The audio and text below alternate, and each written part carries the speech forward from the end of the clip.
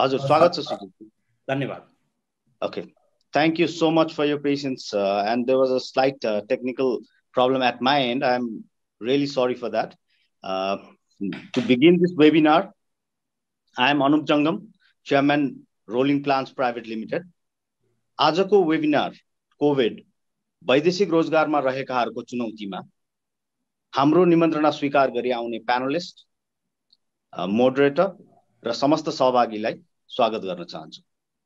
यो webinar record हुनेछ र हाम्रो रोलिङ प्लान्सको फेसबुक पेज र अर्थ रोजगारको फेसबुक पेजबाट पनि लाइभ हुनेछ भन्ने जानकारी गराउन चाहन्छु।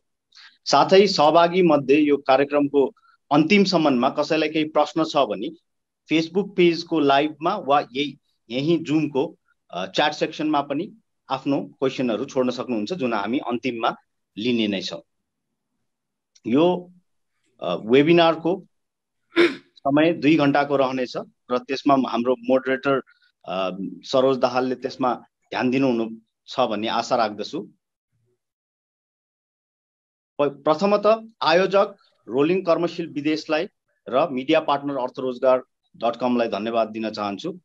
रोलिङ कर्मशील विदेश 2 महिना अगाडि मात्र लन्च भएको यस्तो एउटा एप हो जुन एस्पिरेन्ट माइग्रेन्ट्स, करेन्ट माइग्रेन्ट र रिटर्निङ माइग्रेन्ट तीनै किसिमको माइग्रेन्टलाई युजफुल हुने एउटा एप हो, जुन चाहिँ एस्पिरेन्ट माइग्रेन्टले म्यान पावरमा भएको डिमान्डको खोजी गर्ने, ओरिएन्टेसन सेन्टर, पूर्व स्वीकृति अन्तिम स्वीकृतिको जानकारी डोफे मार्फत लिन सकिने र गुनासो व्यवस्थापन, साथै करेन्ट माइग्रेन्टको लागि सेफर माइग्रेसन अन्तर्गत विदेशमा रहँदाको गुनासो व्यवस्थापन र रिटर्निङ माइग्रेन्टलाई परामर्श सेवा प्रदान गर्ने एउटा एप बनेको छ, जुन चाहिँ अरु सरकारवाला निकायसँग समन्वयनमा अगाडि बढाइनेछ। साथै रोलिङ कर्मशील विदेशमा दूतावासको सूची, सम्पर्क फोन नम्बर, रोजगारीका अवसरहरू, रेमिट्यान्सका सूचना, अप्रवासनका तथ्य, तथ्याङ्क, समाचार आदि सबै समावेश छन्।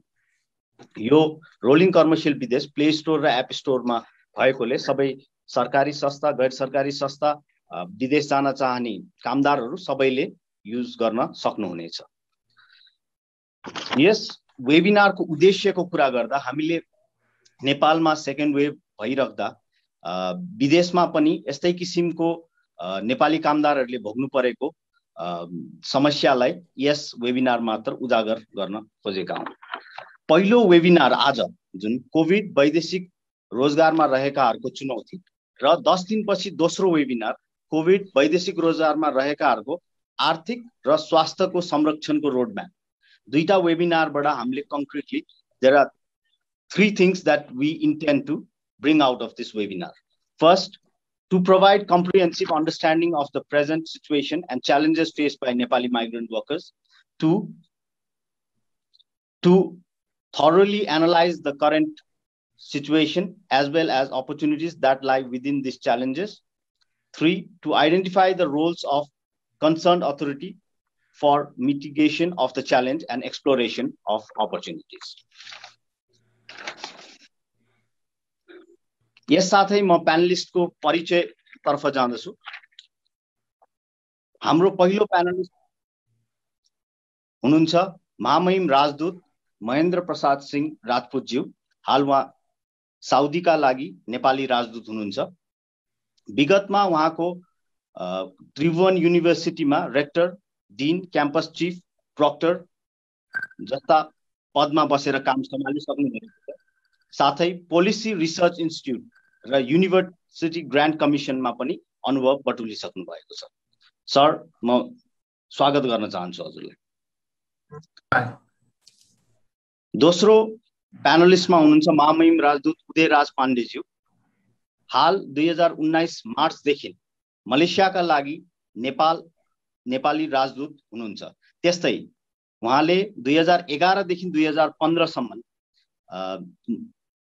साउदीका लागि नेपाली राजदूत भएर पनि कार्य गरिसक्नु भएको छ र सोही बेलामा उहाँ गैर आवासीय राजदूत जुन चाहिँ ओमान, जोर्डन, यमन र सुडानको पनि कार्यभार सम्हालिसक्नु भएको छ। सरलाई स्वागत गर्न चाहन्छु। धन्यवाद। तेस्रो प्यानलिस्टको रूपमा हुनुहुन्छ श्री कृष्ण प्रसाद दवाडीज्यू। भर्खरै मात्र केही महिना अगाडि उहाँ वैदेशिक रोजगार विभागको महानिर्देशकको पदभार सम्हाल्नु भएको छ। तर उहाँको यो अनुभव भने यति मात्र होइन।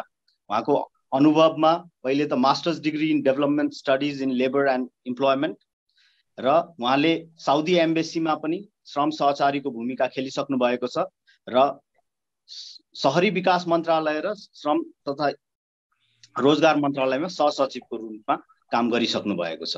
म कृष्ण प्रसाद दवाडी सरलाई पनि स्वागत गर्न चाहन्छु। हाम्रो चौथो प्यानलिस्टमा हुनुहुन्छ doctor Bharat Kumar Pokhrel sir, country director Helvetas. उहाँ 2014 देखि नमस्कार सर।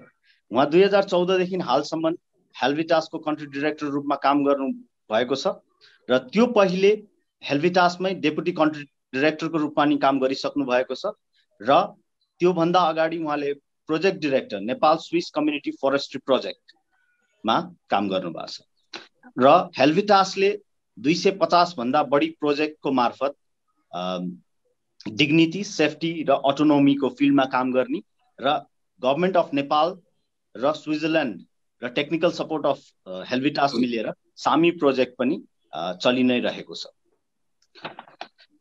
सरलाई स्वागत गर्न चाहन्छु।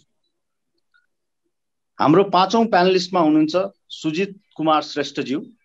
हाल उहाँ महासचिव नेपाल वैदेशिक रोजगार सङ्घ, उहाँ अलायन्स ह्युमन रिसोर्सका सञ्चालक हुनुहुन्छ र साथै उहाँको अरू व्यवसाय ओमान र युएई जस्ता खाडी मुलुकमा रहेकाले उहाँको त्यो म्यानपावर क्षेत्र बाहेक अरू क्षेत्रमा पनि उहाँले अनुभव बटुल्नु भएको छ।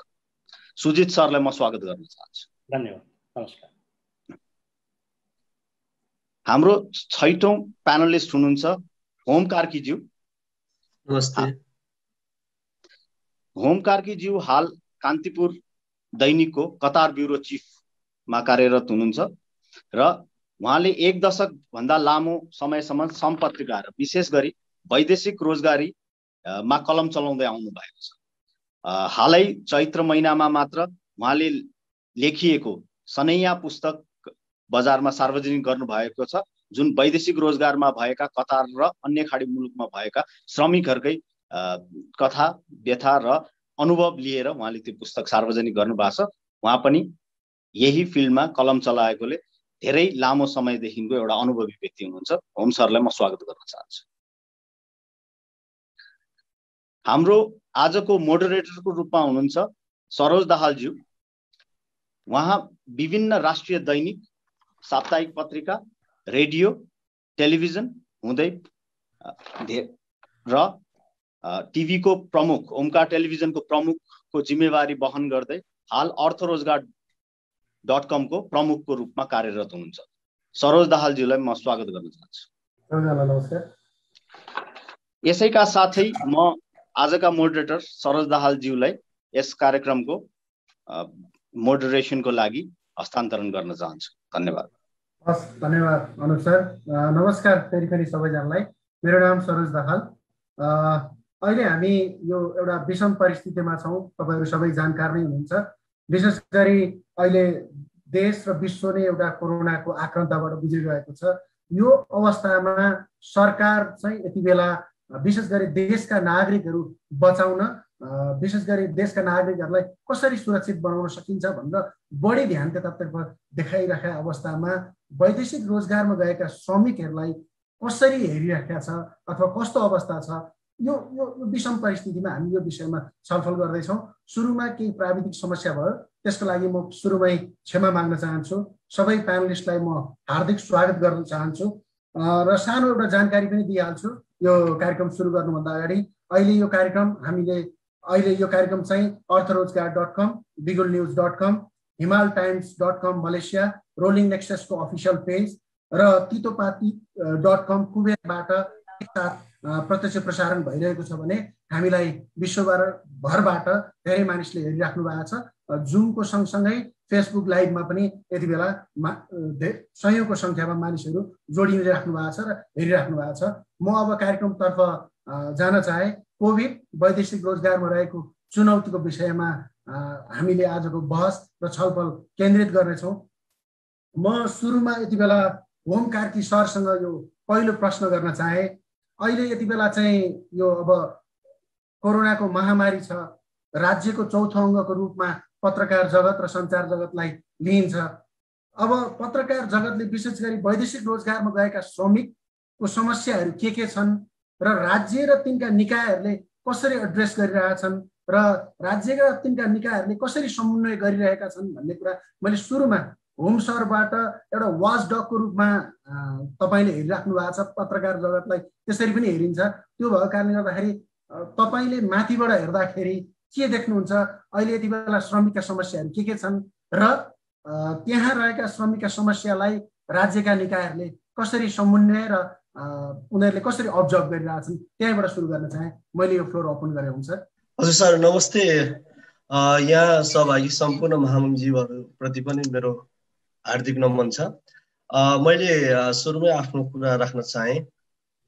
अलिकति खाडी र विशेष गरी हाम्रो प्रमुख गन्तव्य भनेको खाडीको 6वटा देश र मलेसिया नै हो होइन। यहाँ हजुरलाई थाहा छ। यहाँको अवस्था सरसर्ती हेर्दा र कामदारहरूसँग सामान्य कुराकानी गर्दाखेरि चाहिँ के देखिन्छ भन्दाखेरि जस्तो पहिलो लहरमा जस्तो समस्या देखिएको थियो खाडीमा, अहिले त्यो खालको समस्या देखिन्न होइन। अहिले चाहिँ यतिखेर चाहिँ सामान्य हिसाबले बढी सेवा क्षेत्रमा काम गर्ने नेपाली कामदारहरू बढी प्रभावित छन्। जस्तो रेस्टुरेन्ट, होटेल, अनि जिम, ब्युटी पार्लर, किलनरको क्षेत्रमा काम गर्ने, सेक्युरिटी गार्डहरूमा काम गर्ने नेपाली कामदारहरू बढी मागमा छन्। कन्स्ट्रक्सनको क्षेत्रमा खासै त्यति धेरै समस्या भएको म देख्दिनँ अहिले। उहाँहरूको लागि चाहिँ निरन्तर काम गरिरहेकै अवस्था छ। अहिले चाहिँ यो बिचमा चाहिँ के भयो भन्दाखेरि गएको श्रावणदेखि गएको अहिले चैतसम्मको हिसाब हेर्दाखेरि जति हाम्रो पहिलो लहरमा देखिँदाखेरि कम्पनीहरूले चाहिँ जति कामदारहरू चाहिन्छ त्यति कामदार राखेर अरू सबैलाई चाहिँ पठाइसकेको अवस्था थियो होइन। त्यो भए हिसाबले चाहिँ अहिले यो दोस्रो लकडाउन सुरु भएको र उता चाहिँ कोरोना नियन्त्रण गर्ने हिसाबले पहिलेदेखि नै एक किसिमको काम गरिरहेको र जति कामदार चाहिने हो त्यति मात्र राखेको हिसाबले चाहिँ अलिकति समस्याहरू कम देखेको हो कि भन्ने चाहिँ अहिले देखिन थालेको छ। अनि फेरि जति कामदार यो बिचमा जति कामदार जानुपर्ने हो त्यति कामदार नलगेको अवस्था पनि छ। सीमित कम्पनीहरूले आफूलाई चाहिने मात्र कामदारहरू लिएर गएको छ। अनि जति कम्पनीको आफ्नो आर्थिक हैसियत छ त्यसरी नै काममा लगाइरहेको छ। तर त्यति भइकन पनि के चाहिँ देखिन्छ भन्दाखेरि जस्तो कम्पनीहरूले अहिले पनि कामदारहरूको चाहिँ त्यहाँ काम गरिरहेको कम्पनी 25% तलब घटाइरहेको अवस्था छ होइन। कुनै कम्पनीले काम छैन कहीँ त्यहाँ बस्न मात्र दिएको छ, कतै बस्नमा दिएको छ त्यहाँ खाना दिएको छैन होइन। यस्तो अवस्थामा कामदारहरू चाहिँ फर्किन खोजेको र करारपत्र अवधि सकियो कामदारहरू फर्किन खोज्दाखेरि पनि अब अहिले त बाटो बन्द छ। उहाँहरू अहिले प्लेन कुरेर बसिरहेको अवस्था छ। यसले चाहिँ कामदारलाई कस्तो समस्या पर्यो भन्दाखेरि यहाँबाट कामदार लिएर जान नसकिरहेको अवस्थामा र त्यो कामदारहरू नफर्किरहेको अवस्थामा उहाँको चाहिँ जबरजस्ती कम्पनीहरूले चाहिँ त्यो करार अवधि पत्र चाहिँ थपिदिने, त्यसले गर्दाखेरि चाहिँ के भन्दाखेरि थप 1 वर्ष चाहिँ उहाँहरू काम गर्नुपर्ने अवस्था चाहिँ थप 1 वर्ष गर्ने कारणले चाहिँ घर आउन नसक्ने हो कि भन्ने चाहिँ अवस्था छ। अब जो मान्छे आउन खोजेको छ उहाँलाई चाहिँ कि भिसाको पैसा दिनुपर्ने होइन भने 1 वर्ष थप काम गर्नुपर्ने, त्यसले गर्दाखेरि अलिक समस्याहरू देखिएको छ। अनि फेरि अर्को चाहिँ पहिला त्यहाँको गन्तव्य देश वा त्यहाँको च्यारिटी संस्थाहरूले कामदारलाई खाना समस्या भयो भने खाना दिने एउटा राम्रोसँग त्यहाँको रोजगारदाता देशहरूले पनि हेरेको थियो। अहिले चाहिँ यो दोस्रो लहरमा च्यारिटी संस्था सरकारले कामदारहरूलाई खाना दिएको अवस्था चाहिँ छैन होइन। खालि कम्पनीलाई नै हेरिदिरहेको अवस्था छ। अनि फेरि अनि यो अर्को एउटा समस्या चाहिँ यो जस्तो नेपालमा सामान्य अवस्था छ भनेर यो बिचमा धेरै मान्छेहरू छुट्टीमा आयो होइन। त्यो छुट्टीमा आइसकेपछि उहाँहरू फेरि ब्याक टु आफ्नो कम्पनीमा काम गर्न जान नपाउँदाखेरि र उहाँहरू नेपालमा आउँदाखेरि चाहिँ के थियो भन्दाखेरि सबै कम्पनीहरूमा जे परे पनि म आफै चाहिँ आफ्नो ढङ्गले आफै जिम्मेवार हुन्छु भनेर कागज पठाइसकेको अवस्थामा उहाँहरू फेरि फिर्ता जान पाउँदाखेरि टाइममा तोकेको टाइममा चाहिँ ड्युटी जोइन गर्न पाउँदाखेरि चाहिँ उनीहरूको रोजगारी जाने हो कि जाने त होइन भन्ने किसिमको डर चाहिँ पैदा भएको छ। यदि रोजगारी गयो भने उहाँहरूले त कम किनभने वर्षौँसम्म काम रहेछ, कसैको 5 वर्ष 10 वर्ष 15 वर्ष 20 वर्षसम्म पनि काम रहेछ। तर त्यो 20 वर्षमा काम नगर्दाखेरि चाहिँ उनीहरूले चाहिँ उपदानहरू चाहिँ गुम्ने त होइन भन्ने खालको, त्यो उपदान गुम्यो भने त्यसको जिम्मेवारी कसले लिइदिने त, एउटा खालको एउटा ठुलो समस्याहरू त्यो पनि देखा पर्न थालेको छ हैन। अनि अब यति हुँदाहुँदै पनि कस्तो चाहिँ देखिन्छ भन्दा अब वैदेशिक रोजगारको भविष्य चाहिँ वास्तवमा पहिलाको जस्तो एकदमै सुरक्षित खालको चाहिँ छैन। पहिला चाहिँ एकदम अवसरहरू धेरै देखिन्थ्यो भने अब चाहिँ एउटा निश्चित क्षेत्रमा मात्र, जस्तो अब कन्स्ट्रक्सनहरूमा मात्रै हो कि हैन। अनि अलिकति अब त्यो देशले पनि अलिकति लैजानको लागि कडाइ गर्न थालेको अवस्थामा जाने मान्छेहरूले पहिला जस्तो सहज रूपमा चाहिँ वैदेशिक रोजगारको अवसर नपाउने हो कि भन्ने चाहिँ एउटा डर चाहिँ भएको छ। किन भन्दाखेरि खाडीमा 2017 नै वातावरण राम्रो बनेन, किन पहिला अब उनीहरूको आन्तरिक पोलिटिक्सको कारणले गर्दाखेरि नाकाबन्दी भयो। नाकाबन्दीले गर्दा कयौं कम्पनीहरू त्यतिखेर धराशायी भइसकेको थियो। अहिले फेरि कोभिड आयो, कोभिडको फेरि अब यो कहिलेसम्म जान्छ भन्ने थाहा छैन। अनि र अहिलेसम्म चलिरहेको अहिलेसम्म जो कामदारहरू छन् उनीहरू चाहिँ पहिलाको प्रोजेक्टहरू चाहिँ गरिरहेको हिसाबले चाहिँ काम पाइरहेको अवस्था हो। नयाँ प्रोजेक्टहरू अझै थपिरहेको छैन। केही चाहिँ अलिकति साउदीमा चाहिँ केही प्रोजेक्टहरू भएको हिसाबले त्यहाँ थप भयो, त्यहाँ चाहिँ अलिकति कामदार पनि बढी डिमान्ड भएको जस्तो देखिन्छ। तर तुलनात्मक रूपमा अन्य देशहरूमा त्यो खालको छैन हैन। अब मलेसियामा त्यत्रो, अब मलेसिया पनि हाम्रो पहिला अब यो श्रम सम्झौताको विवाद अनि अलिकति यो कामदार भर्ना प्रक्रियाको विवादले गर्दाखेरि मलेसियामा पनि हाम्रो पहिलेदेखि नै कामदार रोकिरहेको छ।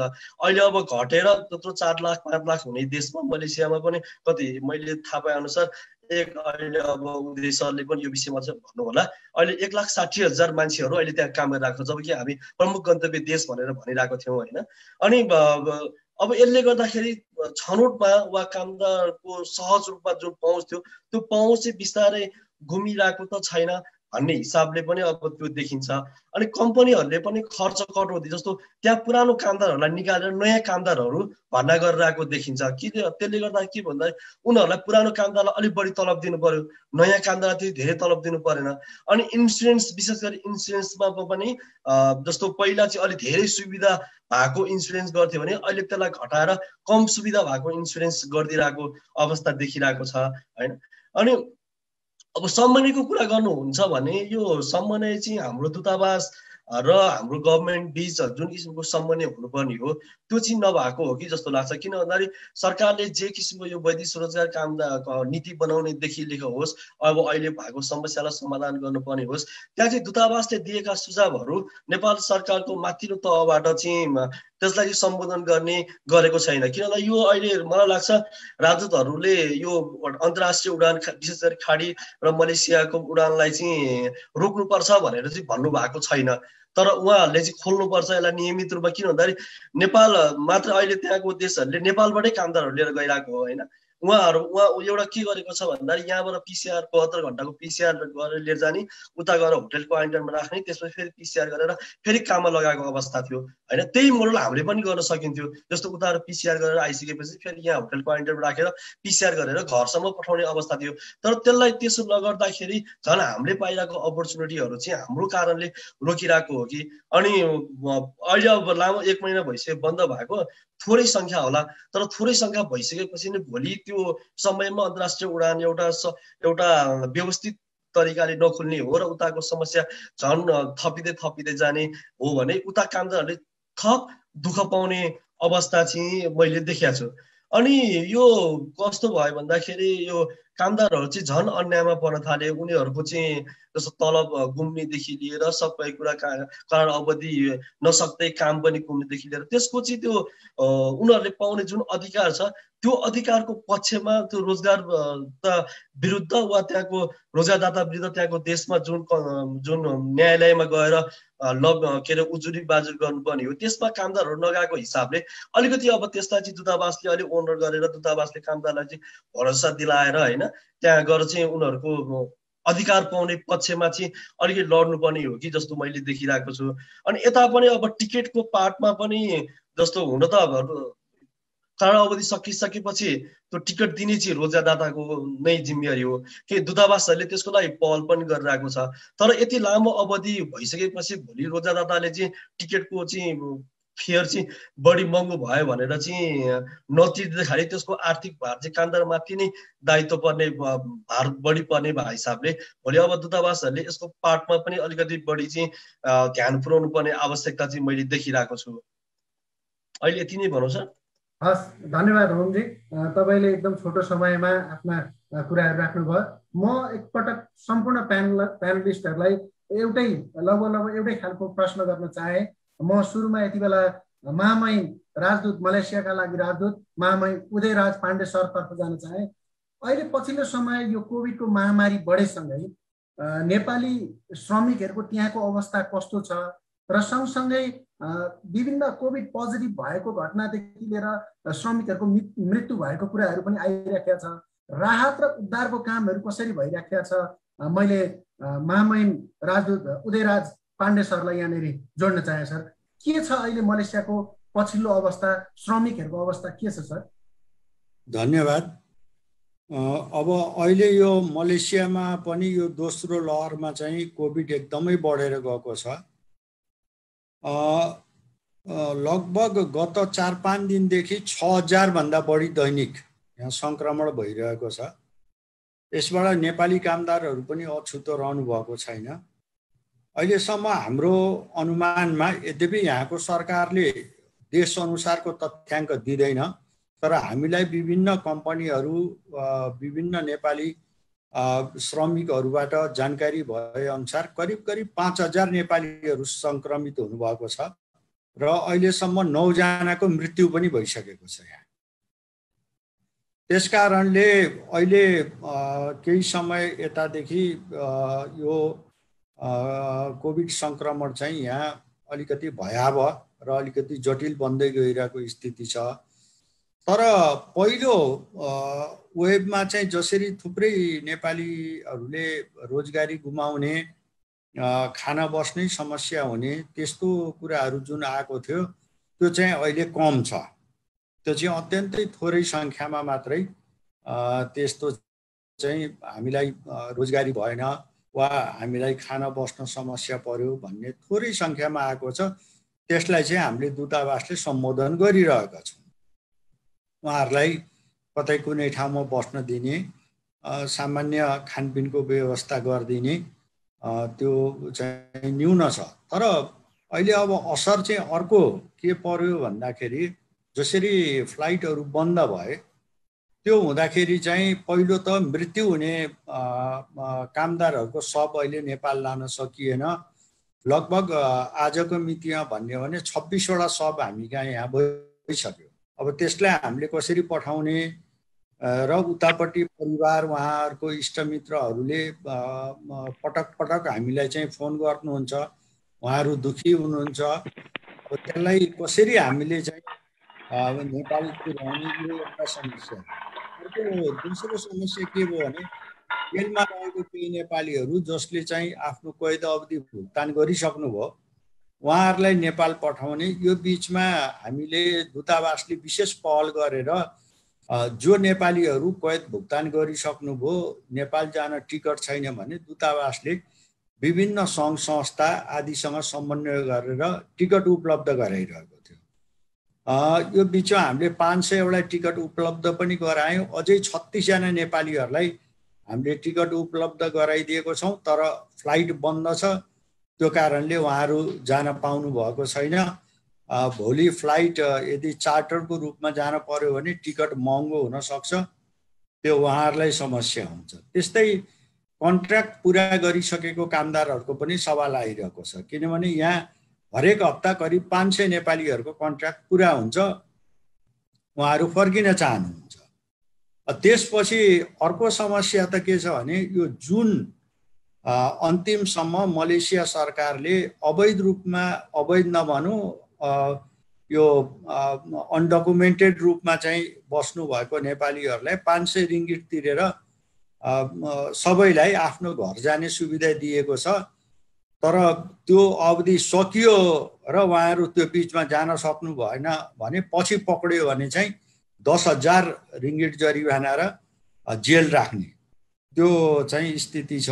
त्यसकारणले हामीले पटक पटक नेपाल सरकारलाई लेखिरहेको छौँ कि उडान चाहिँ नियमित गरिदिनु पर्यो। कम्तीमा हप्तामा एउटा वाइड बडी प्लेन चाहिँ पठाइदिनु पर्यो। वाइड बडी यसकारण हामी मागिरहेछौँ कि जसले मृतकहरूको शव पनि लिएर जान्छ र त्यो जेलमा भएको नेपालीहरूलाई पनि लिएर जान्छ र अरू कन्ट्र्याक्ट पुरा भएको नेपालीलाई पनि लान्छ। साथै अहिले नेपाल सरकारले जुन हामी विभिन्न दूतावासहरूलाई चाहिँ यो स्वास्थ्य सामग्रीहरू जुटाउनु भनेर भनेको छ, हाम्रो यहाँ मलेसियामा पनि थुप्रै कम्पनीहरूले हाम्रो दूतावासको अनुरोधमा चाहिँ स्वास्थ्य सम्बन्धी सामग्रीहरू दिइरहनु भएको छ। अब त्यो करिब 25-30 टन जति भइसक्यो। त्यसलाई लान पनि हामीलाई चाहिँ प्लेन चाहिन्छ। त्यसकारण हामी यो उडान सुरु गरिदिनु पर्यो भनेर भनिरहेको छौँ। अन्य स्थिति मैले यही नै रोकेँ। अहिले भर्खरै होम सरले पनि, होमजीले पनि भन्नुभयो राज्यका निकाय र कूटनीतिक नियोग बीच समन्वय हुन सकिरहेको छैन। तपाईँको पनि त्यस्तै आशा आयो, त्यस्तै नै हो खासमा? होइन, यो समन्वय हुन नसकेको भन्ने कुरा होइन कि यो सोचमा फरक भइरहेछ कि। जस्तो हामीले के भनिरहेछौँ भने नियमित उडान सुरु गरिदिनु पर्यो। त्यो भएपछि हाम्रो यहाँ अप्ठ्यारोमा परेको नेपालीहरू देश जान पाउनुहुन्छ भन्ने कुरा छ। त्यस्तै स्वास्थ्य सामग्रीदेखि लिएर जेलमा रहेको नेपालीहरूलाई पनि हामी पठाउन सक्छौँ, मृतकहरूको शव पनि पठाउन सक्छौँ भन्ने छ। उता नेपालमा समस्या के छ भने यहाँबाट त जान्छ, तर अब कुनै मान्छे धनकुटाको होला, कुनै मान्छे डोटीको होला, उनीहरूलाई चाहिँ काठमाडौँको एयरपोर्टमा ओर्लिसकेपछि कसरी आफ्नो ठाउँसम्म पुर्याउने? किनभने नेपालमा त यातायातहरू बन्द गरिएको छ। त्यसकारणले यो हाम्रो जुन सोचमा रहेको फरक हो, समन्वयमा फरक छैन। हस्, म फेरि तपाईँकोमा आउँछु। फेरि मैले यही प्रश्न साउदीका महामहिम राजदूत डाक्टर महेन्द्र प्रसाद सिंह राजपूतलाई सोध्न चाहे। यो पछिल्लो समय कोभिडको महामारी बढेसँगै अब सङ्क्रमित नेपालीहरू, श्रमिकहरू सङ्क्रमित पनि बढिरहेका छन्, मृत्युका खबरहरू पनि आइरहेका छन्।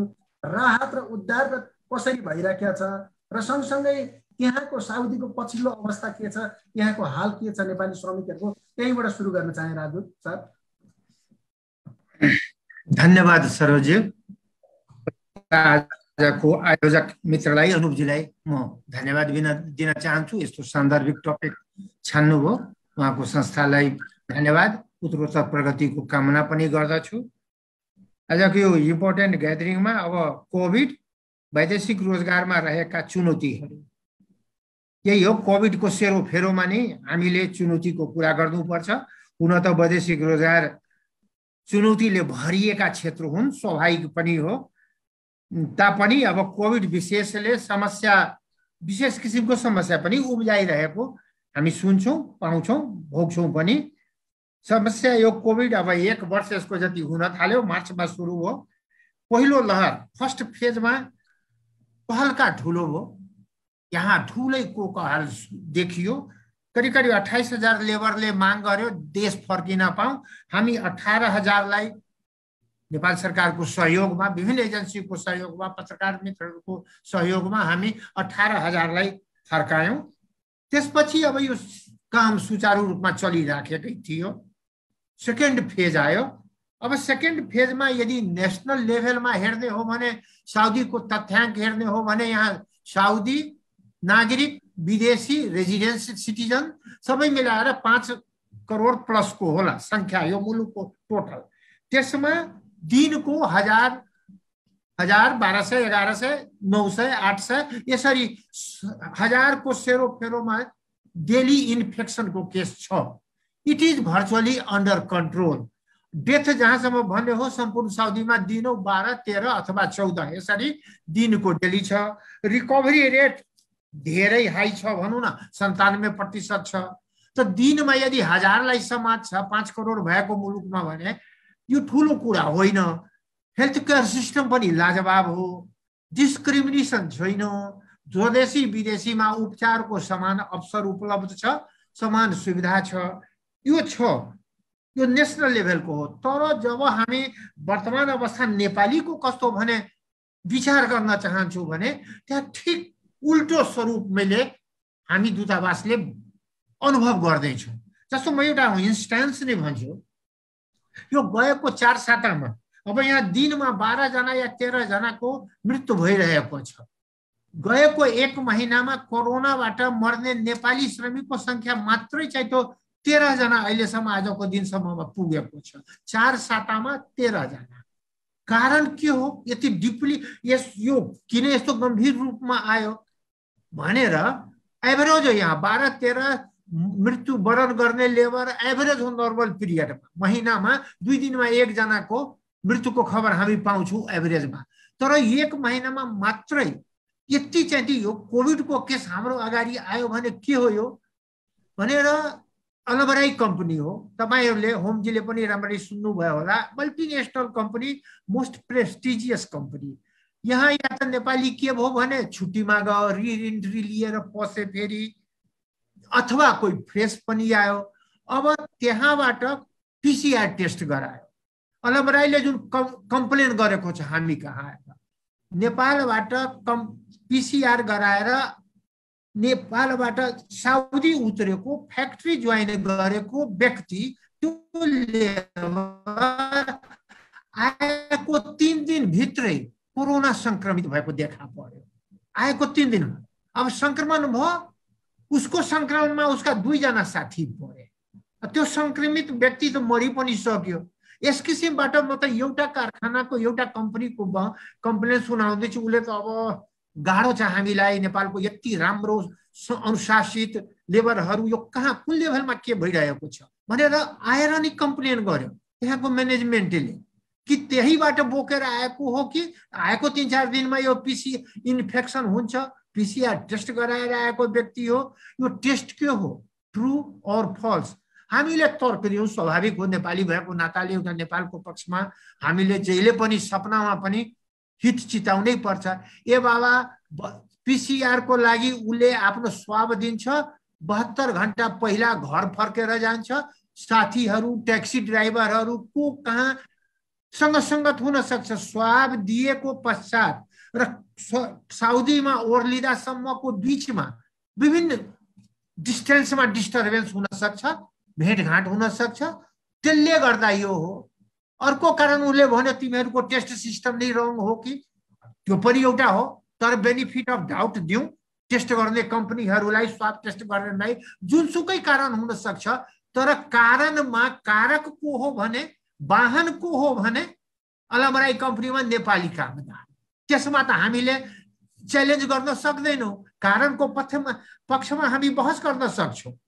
त्यो लेबर स्वयंको लापरवाहीले भयो कि टेस्ट गर्ने संस्थाको लापरवाहीले भयो। हालाकि सबै कुरा हामी परराष्ट्रमा जानकारी गराइसकेका छौँ। त्यो अवस्था हो। अब संक्रमित भएर त्यहाँ आउने लेबर यहाँ उत्रिने त्यो एउटा समस्या हो। त्यसले गर्दा चाहिँ त्यो यो मर्नेको कारण, मृत्युको कारण विभिन्न हुन सक्छ। तर एउटा संक्रमित व्यक्ति नै नेपालबाट आउनु एउटा कारण हुन गएको छ यहाँको कम्पनीहरूको नजरमा। त्यो हाम्रो लागि पनि चिन्ताको विषय हो। र पछाडि नेपालबाट जो श्रमिकहरू आइरहेछन् उनीहरूको जो कोभिड टेस्ट भएको छ त्यो सही भएको छैन, गलत टेस्टमा गइरहेका छन्। अथवा त्यो भनाइ त्यो कम्पनीको भनाइ होला। हाम्रो भनाइ के हो भने स्वाब दिएर 24 घण्टासम्ममा उसले त वेट गर्छ नि, घर त जान्छ। घर जान्छ, स्वाब दियो, टेस्ट ल्याब टेस्ट हुन्छ स्वाबको, ऊ त घर जान्छ स्वाब दिएर।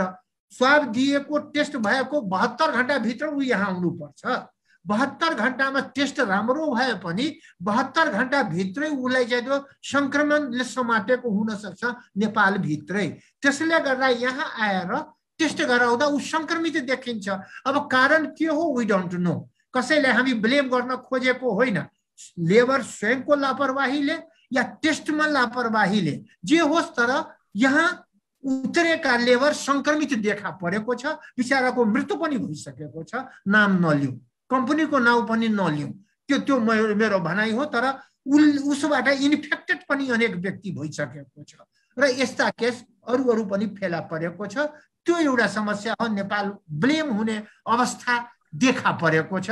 त्यसमा हाम्रा डिसिआई पनि हुनुहुन्छ, उहाँलाई पनि म विशेष अनुरोध गर्न चाहन्छु। फ्याक्ट के हो, आरोप होइन, हामीले अवस्था जिउँको त्यों यहाँ राखिदिएको तथ्यसहित कम्पनी सहित बेला पर्यो भने म लेबरको नाउँ पनि भन्न सक्छु, म्यान पावरको नाउँ भन्न सक्छु, तर त्यो होइन, त्यो कसैलाई गाली गर्ने उद्देश्य होइन, मात्रै यस्ता किसिमको प्रवृत्ति डिस्करेज हुनुपर्छ, या त लेबरलाई सचेत गर्नुपर्छ, या लेब टेस्टलाई चाहिँ त्यो टेस्ट गर्ने ल्याबलाई सचेत गर्नुपर्छ, कहाँ के गर्नुपर्छ, यसले सम्बोधन खोजेको हो, त्यो मैले चाहिँ भन्न खोजेको। हस् महामहिम राजदूत, म फेरि पनि हजुर म अहिले यति बेला कृष्ण प्रसाद दवाडी सरकोमा जान चाहे, जो वैदेशिक रोजगार बोर्डको डाइरेक्टर हुनुहुन्छ। सर, यस्तो बिमारीको बेला छ, वैदेशिक रोजगार बोर्ड चाहिँ श्रमिकको मात्र नभएर श्रमिकको घर परिवारको पनि आशाको केन्द्र हो। गाह्रो पर्छ, असहज पर्छ, त्यति बेला वैदेशिक रोजगार बोर्डको ढोका ढकढक्याउन श्रमिकका परिवार आफै आएको कैयौँ पटक समाचार र भिडियो रिपोर्टहरू पनि देख्न सक्छौँ।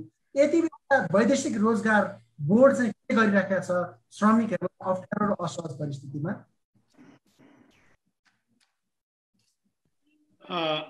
नमस्कार सबै प्यानलिस्ट लगायत सम्पूर्ण मोडरेटर साथीहरूलाई।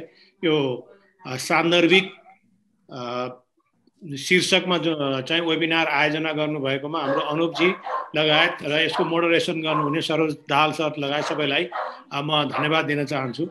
अब विषयवस्तुमा प्रवेश गर्नुभन्दा पहिले अलिकति मलाई एउटा कुरामा तपाईँहरूले चाहिँ मलाई चाहिँ माफ गर्नुपर्ने हुन्छ, किनभने वैदेशिक रोजगार विभागको महानिर्देशकको हैसियतले मैले विभागका कुराहरू आधिकारिक रूपमा भन्न सक्छु, तर वैदेशिक रोजगार बोर्डको विषयमा म आधिकारिक रूपमा भन्न सक्दिनँ। तर त्यसो भनेर हामीसँग कम्युनिकेसनमै नभएको भन्ने चाहिँ होइन, म कम्युनिकेसन चाहिँ छ, हामीसँग उहाँहरूसँग कम्युनिकेसन भइरहेको छ, किनभने हामी दैनिक रूपमा नै कम्युनिकेसनमा बसिराखेका छौँ।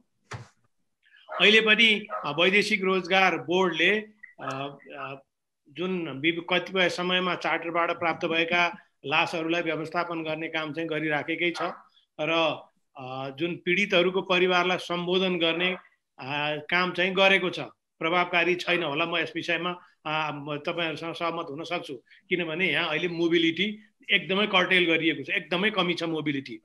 त्यसो हुनाले यो भएको हुनसक्छ।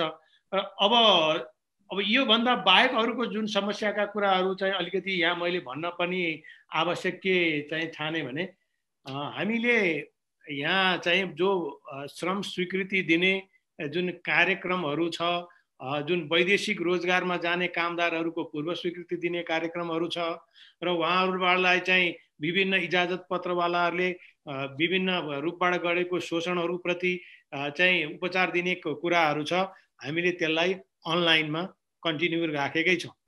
हामी कहाँ अहिले सशरीर उपस्थित हुनु पर्दैन, अनलाइन स्वीकृति लिनको व्यवस्था छ र जो मान्छे जसको लागि लिगलाइजेसन भन्छ अथवा जो पहिले एकपटक चाहिँ हाम्रो सिस्टममा छिरेर गएको छ उसलाई हामी कहाँ आउनु जरुरी नै छैन। अहिले सम्पूर्ण कुरा अनलाइन हुन्छ।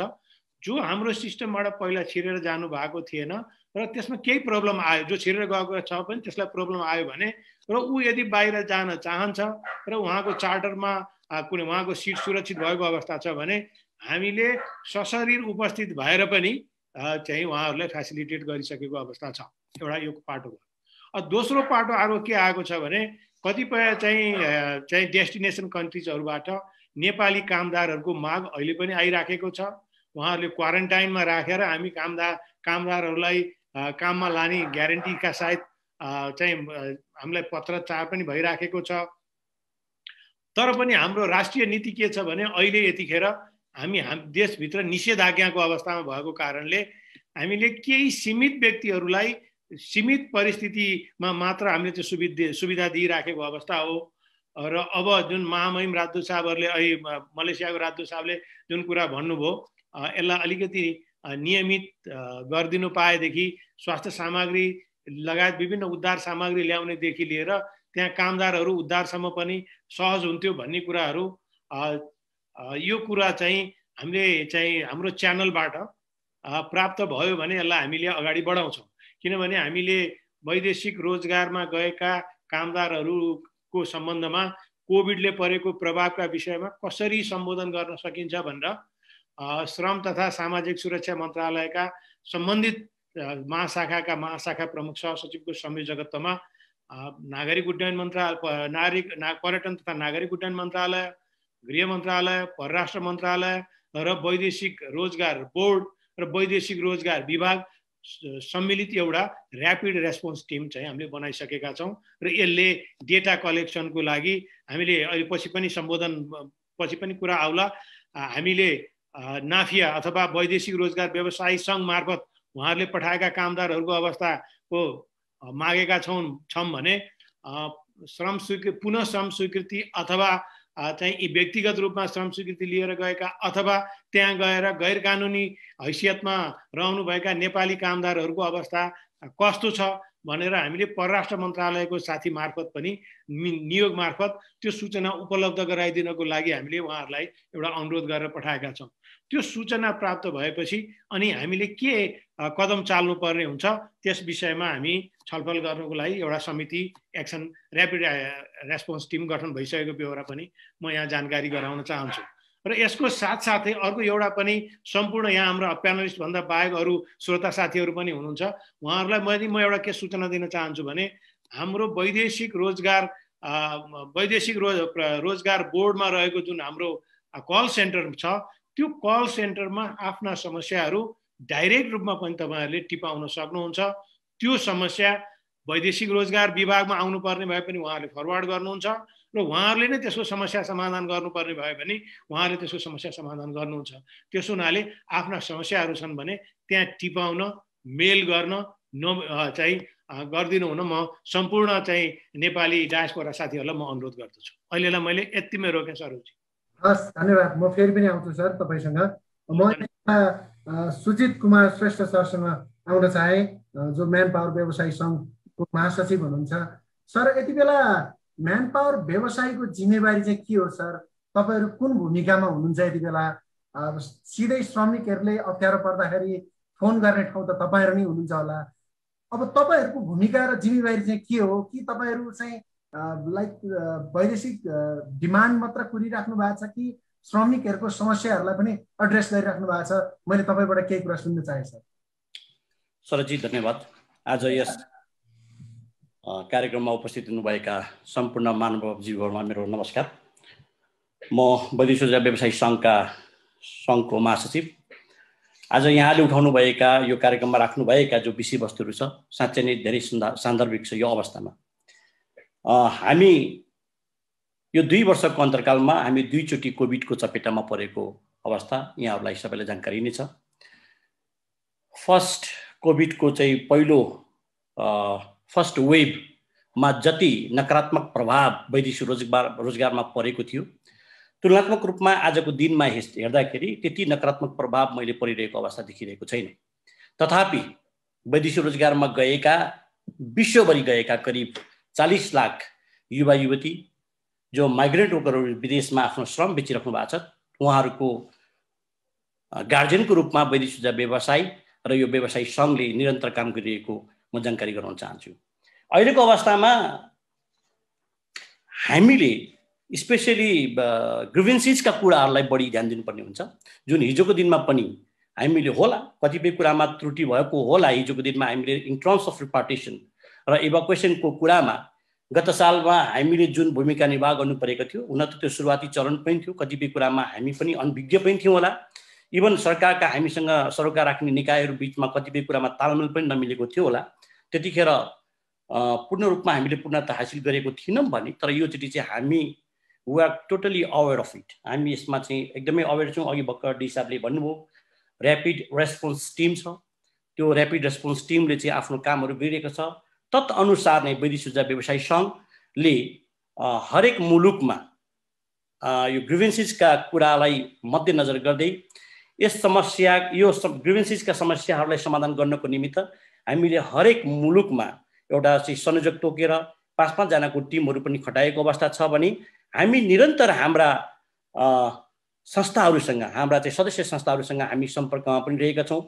अहिले चाहिँ तत्कालै भन्ने हो भने हामीसँग चाहिँ त्यस्ता खालको चाहिँ कोभिडको कारणले चाहिँ असर परेको बिरामी भएको पोजिटिभ भएका केसेसहरूमा उपचार नपाएका अथवा चाहिँ के अरे रोजगार गुमाउनु परेका जस्ता समस्याहरू हामीसँग अहिले आएको छैन। एकदमै न्यून छ, एकदमै न्यून छ हैन। तर हिजोको दिनमा चाहिँ हामीले जुन कल्पना गरेको थियौँ हिजोको दिनमा 1 वर्ष अगाडिको कुरा गर्दाखेरि त्यो तुलनामा पक्कै पनि आजको दिनमा छैन। भर्खरै पनि हामी सुरुवातको चरणमा छौँ, सायद भोलिका दिनमा के हुन सक्छ मलाई थाहा छैन। तर त्यसको लागि आज हामी पूर्ण रूपमा तयारी अवस्थामा छौँ। र अहिले मैले साँच्चै नै भन्नुपर्दाखेरि चाहिँ हामीसँग अहिले आएका गुनासाहरू चाहिँ कस्ता छन् भन्नुहुन्छ भन्दाखेरि देशबाट र विदेशबाट आएका दुईटैलाई हामीले हेर्ने हो भने पहिला सुरु म यहाँलाई के जानकारी गराउन चाहे भने अहिले हामीसँग करिब श्रम स्वीकृति लिएर अथवा भिजा प्राप्त भएर उडानमा रहेका करिब 20,000 देखि लिएर 25,000 का हाराहारीमा नेपाली दाजुभाइ दिदीबहिनी विदेश जानबाट अहिले वञ्चित हुनुभएको छ। यहाँलाई थाहा छ अहिले पूर्ण रूपमा लकडाउन छ, सबै अन्तर्राष्ट्रिय फ्लाइटहरू बन्द भएको अवस्था छ। त्यो कारणले गर्दाखेरि पनि उडानबाट वञ्चित भएको अवस्था छ। अर्कोतिर कुरा गर्नुपर्दाखेरि चाहिँ अहिले विदेशमा रहेका नेपाली दाजुभाइ दिदीबहिनीहरू, श्रमिकहरू, माइग्रेन्ट वर्कर्सहरू जसको चाहिँ कन्ट्र्याक्ट अवधि सिद्धिसकेको छ, कतिको चाहिँ घर परिवारमा यहाँ नेपालमा समस्या आएको छ, कतिपय बिरामीहरू हुनुहुन्छ, उहाँहरूलाई फिर्ता ल्याउनको सन्दर्भमा रिपार्टेसनको सन्दर्भमा अहिले हामीले एउटा समस्या भोगिरहेको छौँ। हामीलाई दिनानुदिन यस्ता खालका कुराहरू कम्प्लेनहरू आइरहेको छ। हामी कसरी घर फर्किने व्यवस्था मिलाइदिनु पर्यो भन्ने कुराहरू आएको छ। त्यो भएकोले गर्दाखेरि अब अहिले यो लकडाउनको अवस्थामा मैले एउटा कुरा के कन्सर्न राख्न चाहेँ भने नेपालबाट अहिले हप्तामा 10वटा फ्लाइट साउदी अरबको लागि गइरहेको अवस्था छ। तर दुर्भाग्यको कुरा मैले भन्नुपर्छ त्यो फ्लाइट यहाँबाट गइरहेको छ, चार्टर उडान भइरहेको छ, तर आउँदाखेरि चाहिँ कुनै पनि कामदार नेपाली नागरिकहरूलाई चाहिँ नेपाल ल्याउने व्यवस्था भएको छैन। त्यो असाध्यै दुःखद कुरा हो र हामीले त्यो ल्याउनको लागि बन्द व्यवस्था गर्नुपर्छ। हामीले नेपाल सरकारले तोकेको हेल्थ प्रोटोकललाई कसरी अवलम्बन गर्ने भन्ने कुरामा चाहिँ हामीले लागेर ती नेपाली दाजुभाइ दिदीबहिनीहरू जो आज प्रदेशमा छन् उहाँलाई ल्याउनको लागि चाहिँ हामीले पहल गर्नुपर्छ भन्ने मलाई लाग्दछ। र साँच्चै नै ग्रिभेन्सेसको कुराहरूमा गर्नुपर्दाखेरि त्यसरी त्यो पहिलाको आजभन्दा 1 वर्ष अगाडिको जस्तोको तुलनामा चाहिँ हामी पक्कै पनि त्यो छैनौँ। र हामी अहिले चाहिँ वैदेशिक रोजगार व्यवसायी सङ्घ, वैदेशिक रोजगार विभाग एक आपसमा चाहिँ निरन्तर संवादको रूपमा रहेको छ। र हामी जस्तो सुकै कठिन अवस्थामा पनि अब आउने दिनमा पर्न सक्ने कठिन अवस्थालाई हामी चिर्दै जानेछौँ र समस्या समाधान गर्नेछौँ भन्ने कुरामा विश्वस्त छौँ भन्ने कुरा म जानकारी गराउन चाहे। धन्यवाद श्री सर। म यति बेला हाम्रो हेल्पिटासका country director doctor Bharat Kumar Pokhrel सरलाई जोड्न चाहे। भरत सर सुन्दै हुनुहुन्छ? हजुर सुन्दैछु।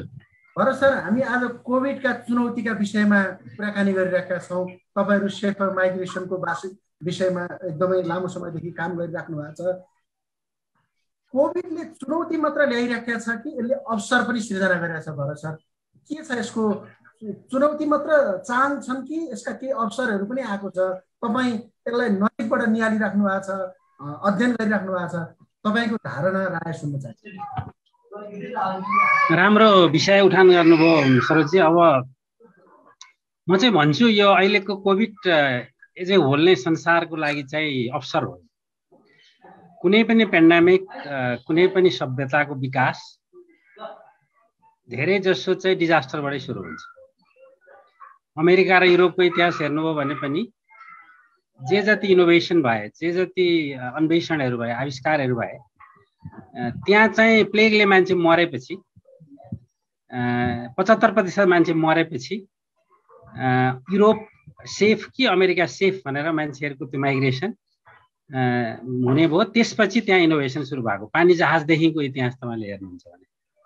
त्यसले गर्दाखेरि म चाहिँ कोभिडलाई के भन्छु भन्दाखेरि कोभिड हाम्रो लागि अवसर लिएर आएको चिज हो। यदि यसलाई राम्रोसितले हामीले त्यसलाई प्रयोग गऱ्यौँ भने, प्रयोग कुन हिसाबमा भने 17 महिना अगाडि नै नेपालीलाई वार्निङ दिइसकेको थियो। पशुपतिनाथले दिएको हो कि कसले दिएको थाहा छैन। संसार घुमेर आयो कोभिड, 17 महिनापछि सेकेन्ड वेभ, जबकि सेकेन्ड वेभ युरोपमा उहिले आइसक्यो। यहाँले नेपालीहरूलाई बचाउने भाग्यमानी हामी नेपाली छौँ कुन हिसाबमा त भन्दा हामीलाई वार्निङ धेरै पहिला नै आउँछ। यो दैवी शक्ति हो कि अथवा हाम्रो के शक्ति हो, हिमालयको चाहिने हावाको शक्ति हो थाहा छैन। अब यो अवसर कुन हिसाबमा हुनुपर्छ भने तेस्रो वेभ आउन अरू अब 17 महिना लाग्ला। संसार घुम्छ वेभ, किनभने भाइरसले जसले बढी एट्याक गर्छ भाइरसलाई, जसले बढी भ्याक्सिन बनाउँछ, जसले बढी उसलाई चाहिँ निषेध पार्न खोज्छ, त्यसैमा ऊ एग्रेसिभ भएर अर्को भेरिएन्ट निस्किने हो। तपाईँलाई थाहा छ भने बेलायतबाटै सुरु भएको भेरिएन्ट किन भयो भन्दाखेरि सबभन्दा पहिला भ्याक्सिन त्यहीँ सुरु हो, अक्सफोर्डबाट। भाइरसले त्यही एट्याक गरेर भेरिएन्ट सुरु भयो होइन। त्यस कारणले हामीलाई अब थर्ड वेभको आउँछ भन्ने कुराको प्रिपेयर्डनेसमा हामी जानुपर्छ। त्यस कारणले यो अवसर यो मानेमा हो कि अब हामीले रिइन्टिग्रेसनको काम सुरु गर है भन्ने यसले वार्निङ दियो। 40 लाख नेपालीहरू बाहिर हुनुहुन्छ, त्यो मध्ये अहिले नेपालमा 7 लाख मात्रै रिटर्निज हुनुहुन्छ। त्यस कारणले हाम्रो त अब 32-33 लाख नेपाली नेपाल आउँछन् भन्ने हामीले एउटा सङ्केत दिइरहेको छ यसले।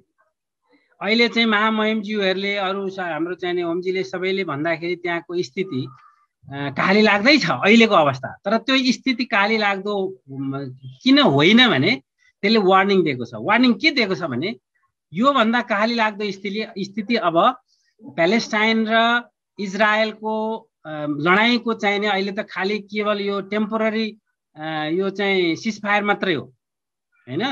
अब त्यो लडाइँले कहाँ पुर्याउँछ गल्फलाई, साउदी अरेबिया र अहिलेको कटारको टेन्सनले कहाँ पुर्याउँछ गल्फका अहिलेका तपाईँले यदि त्यहाँ भित्र पसेर हेर्नुहुन्छ भनेदेखि गल्फमा अझै 50 वर्ष 100 वर्ष शान्ति आउने स्थिति देखिदिउँ हामी। किनभने हरेकका घरमा हरेक व्यक्तिमा त्यहाँ हतियार छन् होइन। उनीहरू हतियारले नै मात्रै अब ठिक पार्न सकिन्छ भन्ने किसिमले त्यहाँ गएका छन्। भनेपछि नेपालीहरू कुनै पनि देशमा नेपालीहरू सेफ छैनन्। नेपालीहरू सेफ हुने भनेको नेपालमा मात्रै हो। त्यसले गर्दा यसले चाहिँ नि एउटा सङ्केत के दिएको छ भन्नुहुन्छ भने अब हाम्रो काम सबैको काम चाहिँ हामीले यो रिइन्टिग्रेसनमा लाग्नुपर्छ र हामी त्यसमा सुरु गर्न थालिसकेका छौँ। अब हेलवेटास स्विस सरकारले नेपाल सरकारलाई एउटा सहकार्यको लागि हामीले सङ्केत दिइसकेका छौँ। हाम्रो चाहिँ नि इन्ट्रेस्ट यसमा छ। अब रिइन्टिग्रेसनमा काम गर्नुपर्छ। अब यो सेफर माइग्रेसन हामीले 2011देखि सुरु गरेको कार्यक्रमले एउटा प्री डिपार्चरमा यसले धेरै राम्रो काम गर्यो। अब ministry of labour, department, board जे जति हाम्रो स्रोत साधन नलेज थियो त्यतिले गर्न सक्ने हामीले गरिराखेकै छौँ होइन। अब स्थानीय सरकारलाई एउटा म्यान्डेट दिएको छ रिइन्टिग्रेसनको म्यान्डेट, बोर्डलाई चाहिँ नेपाल सरकारले म्यान्डेट दिएको छ रिइन्टिग्रेसनको म्यान्डेट। र त्यो रिइन्टिग्रेसनमा खास गरी इकोनोमिक रिइन्टिग्रेसन मात्रै नभएर सोसल रिइन्टिग्रेसन र इमोसनल रिइन्टिग्रेसन। अब यसमा हामीले थुप्रै काम गर्नुपर्ने छ। जस्तो अहिले पनि वैदेशिक रोजगारीबाट त्यसरी पैसा ल्याएको कमाएको मान्छेलाई, त्यसमा पनि महिलालाई यसले घर बिगारी यसले चाहिँ अर्काको चाहिने उसमा चाहिँ यो के अरे बिग्रेर देखि लिएर यस्ता खालका जुन स्टिग्मेटाइजेसनका चाहिँ हाम्रा कुरीतिहरू हामी देख्छौँ नेपाली समाजमा, यो अत्यन्तै यो चाहिँ भयावह खालको चाहिँ डिस्क्रिमिनेसन हो होइन।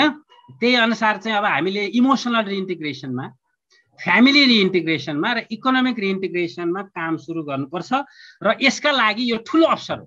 किन अवसर हो भन्नुहुन्छ भने यो अहिले केही समय हामीले यसलाई एड्रेस गर्यौँ भने पनि 40 लाख नेपाली आउने भनेको नेपालमै हो होइन। त्यसमध्ये त हाम्रो आँकडा त अब इन्डियाबाट आउने नेपालीहरूको त यसमा आँकडा नै छैन। हामीले अहिले इन्डियाबाट आउने नेपालीहरूको हिसाबै गर्दैन होइन। अब आज तपाईँको यो कार्यक्रममा पनि तपाईँले गल्फ र मलेसियाकोलाई मात्रै भन्नुभयो, तर इन्डियाबाट आउने हाम्रा नेपालीहरूको पनि भयावह स्थिति छ। कर्णाली, खास गरी कर्णाली प्रदेशतर्फका तराईका बासिन्दाहरू धेरै जसो इन्डियामा गएर दुःख पाएर यहाँ फर्किनु भएको छ।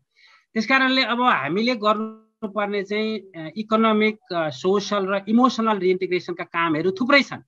यसमा खास गरिकन त्यहाँको आएको सिपलाई चाहिँ नि हामीले चाहिँ नि यो आरपिएल भन्छ, रिकग्निसन अफ प्रायर लर्निङ भन्छ, ब्रिजिङ कोर्स भन्छ, अब जब म्याचिङ भन्छ।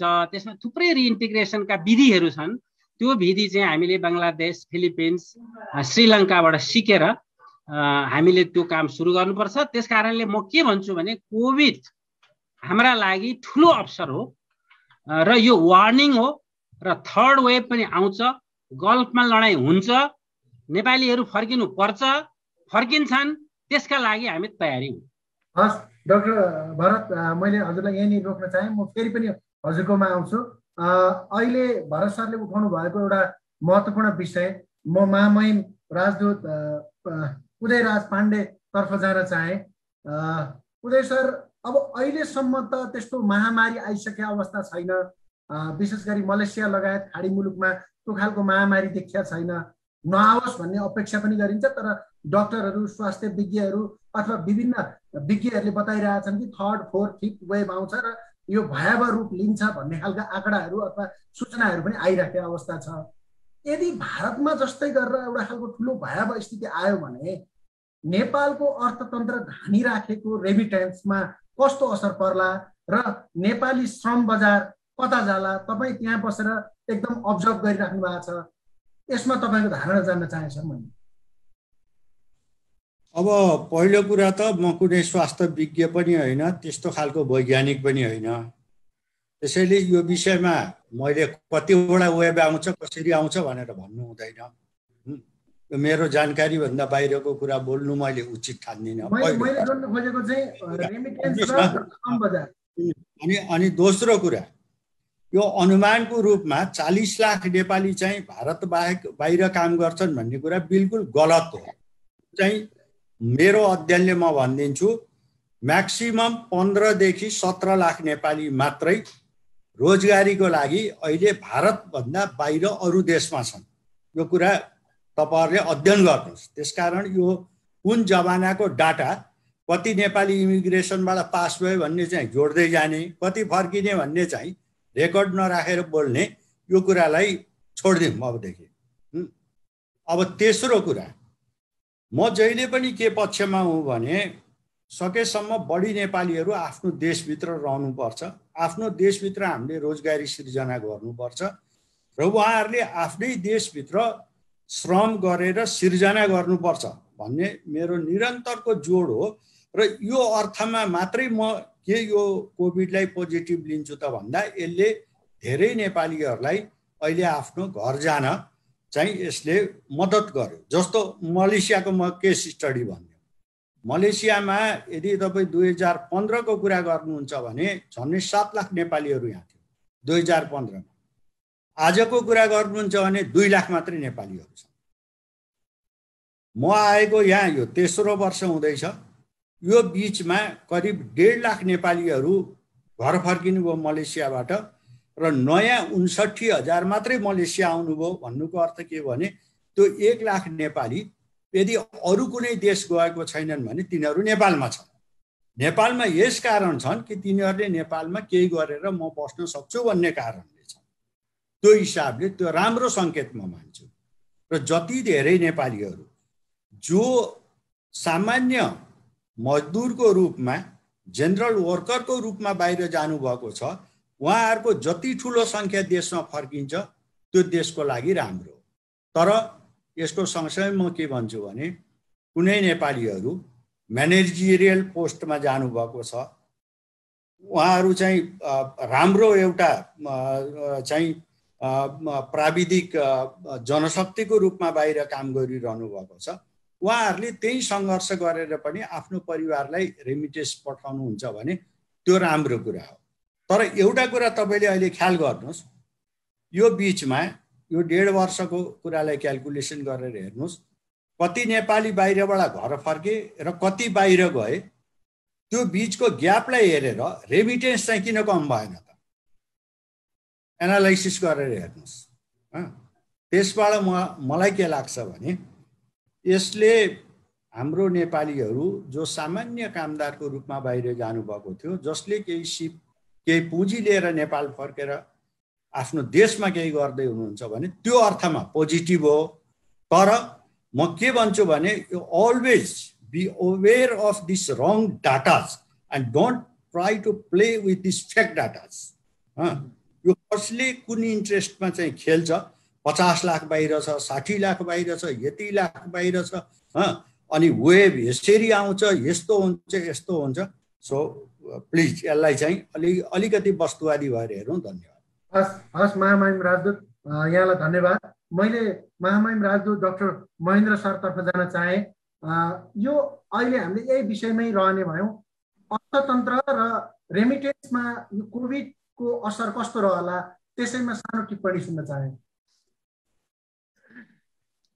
अब रेमिटेन्सको प्रभाव यो त जेनरल नलेजको विषय भइसक्यो। तथ्याङ्कले बताउँछ, राष्ट्र ब्याङ्कको डाटाले बताउँछ 1/4 of the GDP remittance contributes. 1/4 राष्ट्रिय आय रेमिटेन्सले दिन्छ। त्यो जिरोमा नझर्ला, झर्यो भने त स्वाभाविक छ GDP-लाई यसले असर गर्छ। यो मोटामोटी जेनरल नलेजको, जेनरल कमन सेन्सको कुरा हो।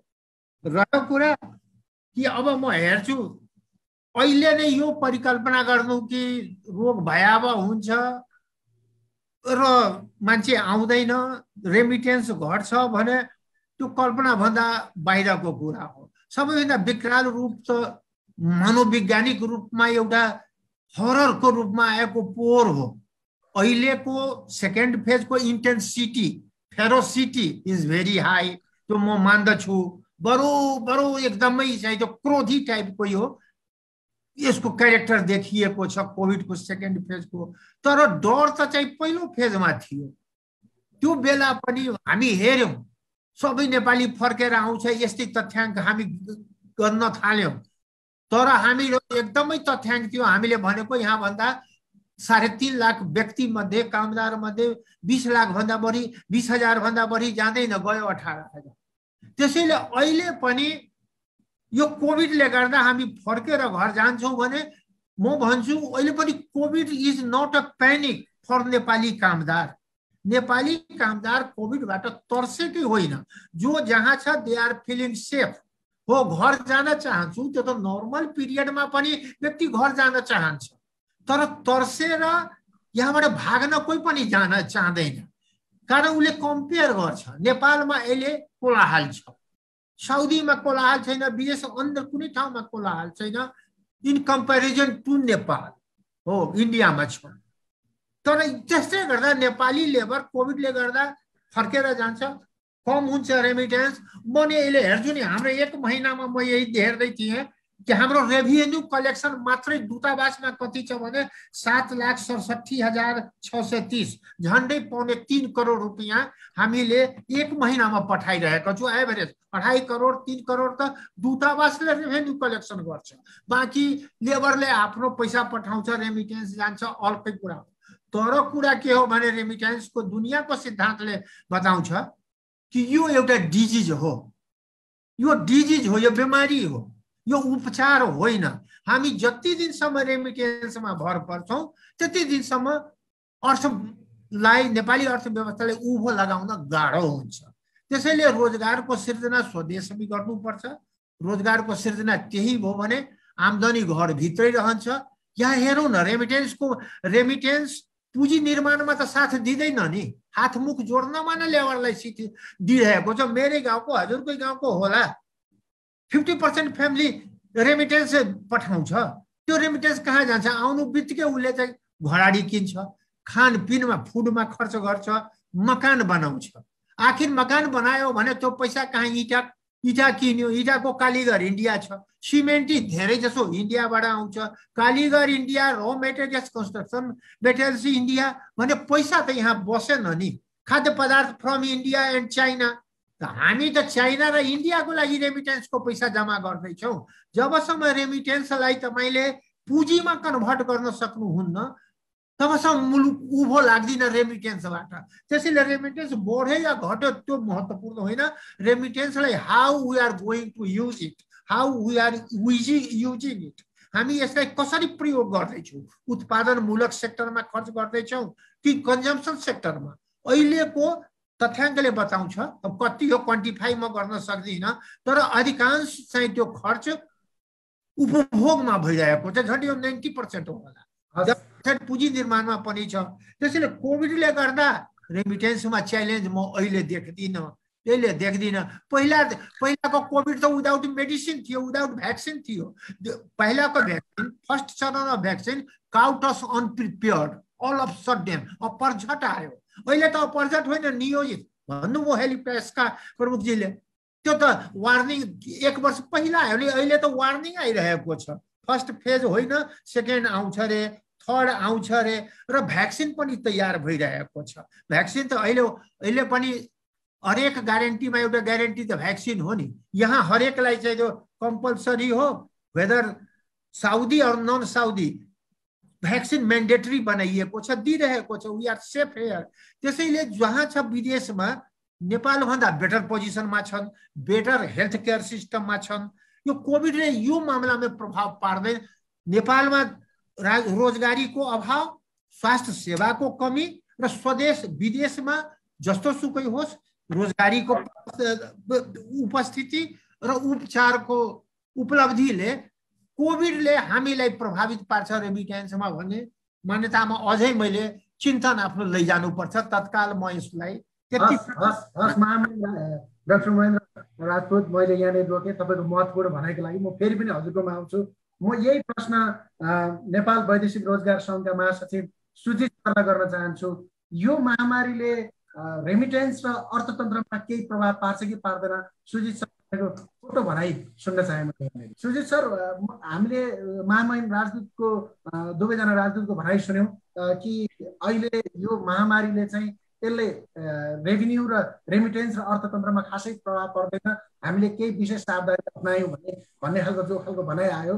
तपाईँ एकजना म्यान पावर व्यवसायी सङ्घको महासचिव हुनुहुन्छ, तपाईँ चाहिँ के देख्नुहुन्छ? यसले रेमिटेन्स र अर्थतन्त्रमा प्रभाव पार्छ कि पार्दैन? तपाईँको विचार के छ यसमा? यस्तो छ, म सबैभन्दा सुरुमा त अघि हाम्रा मलेसियाका महामहिमज्यूले जुन कुरा राख्नुभयो, म त्यही कुरामै जोडेर केही कुराहरू राख्न चाहन्छु। समग्रमा के छ भन्दाखेरि म एउटा मात्रै उदाहरण दिन चाहन्छु। वैदेशिक रोजगारको चाम अहिले अझ बढी, हिजोको दिनभन्दा बढी बढेको छ। अघि महामहिमज्यूले भन्नुभयो लगभग 1,50,000 मलेसियाबाट गत वर्ष अथवा यो वर्षसम्म फर्केको रेसियो छ भने त्यतिकै मात्रामा अझ त्योभन्दा बढी मात्रामा मलेसिया मुलुकै जानको लागि पनि मान्छेहरू लायक छन्।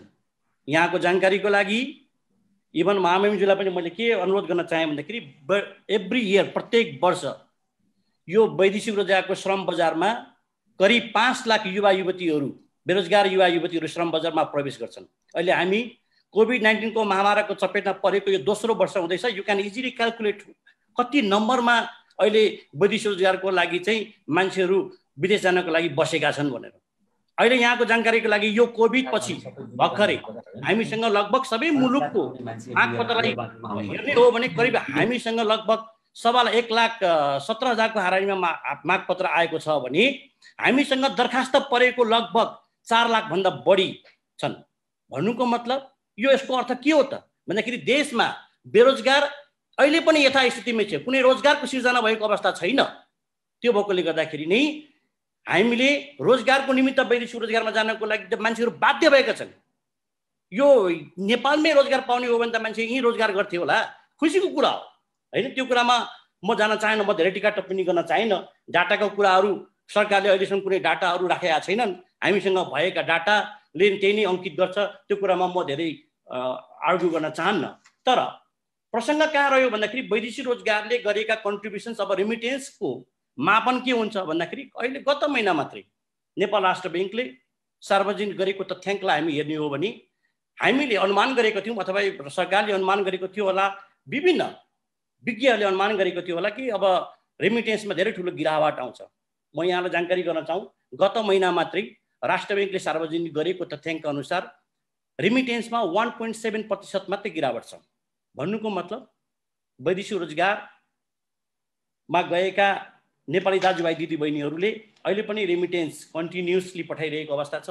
अहिले पनि वैदेशिक रोजगारमा जाने मान्छेहरू धेरै बढिरहेको अवस्था छ। त्यसले गर्दाखेरि चाहिँ तत्कालै भन्ने हो भने त्यति ठुलो रेमिटेन्समा असर परेको छैन। तर यसको अर्थ यो होइन, अहिले तपाईँको जाने क्रम रोकेको छ, आउने क्रम बढेको छ। हामीसँग दैनिक हेर्ने हो भने हिजोको दिनमा हेर्ने हो भने दैनिक 1500 को हाराहारीमा, कम्तीमा 1500 को हाराहारीमा वैदेशिक रोजगारको लागि विदेश जान्थे भने आउने क्रम पनि 500-600 को हाराहारीमा दैनिक हुन्थ्यो। यो गत 1 वर्षदेखि रोकेको अवस्था छ।